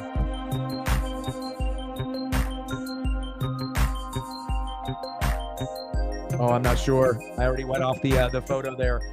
But thank you so much, Megan. I appreciate you. Eli as well. Matt coming back to the channel, and I'll get you guys plenty of photos when we go tomorrow as well. Thank you so much for all the support. Like, sub, donate, comment, share. And we wouldn't be able to do it without people like Megan and Eli stepping up here today. And Army, shout out to Army and Matt and Megan and all the rest. I appreciate you guys very much. And shout out to all the people watching on Twitter/X as well as YouTube. You guys are awesome. Final score, Seattle Mariners 2, White Sox 1 in 10. And I will be here tomorrow, same time, same place, 6:30 Pacific for game number 4, where we try to get the brooms and we go for the sweep. And I got one question for you. Who you know talk sports like us? Your boy Ryan, Northwest Sports Fanatics. I love you guys, and I'm out. Okay.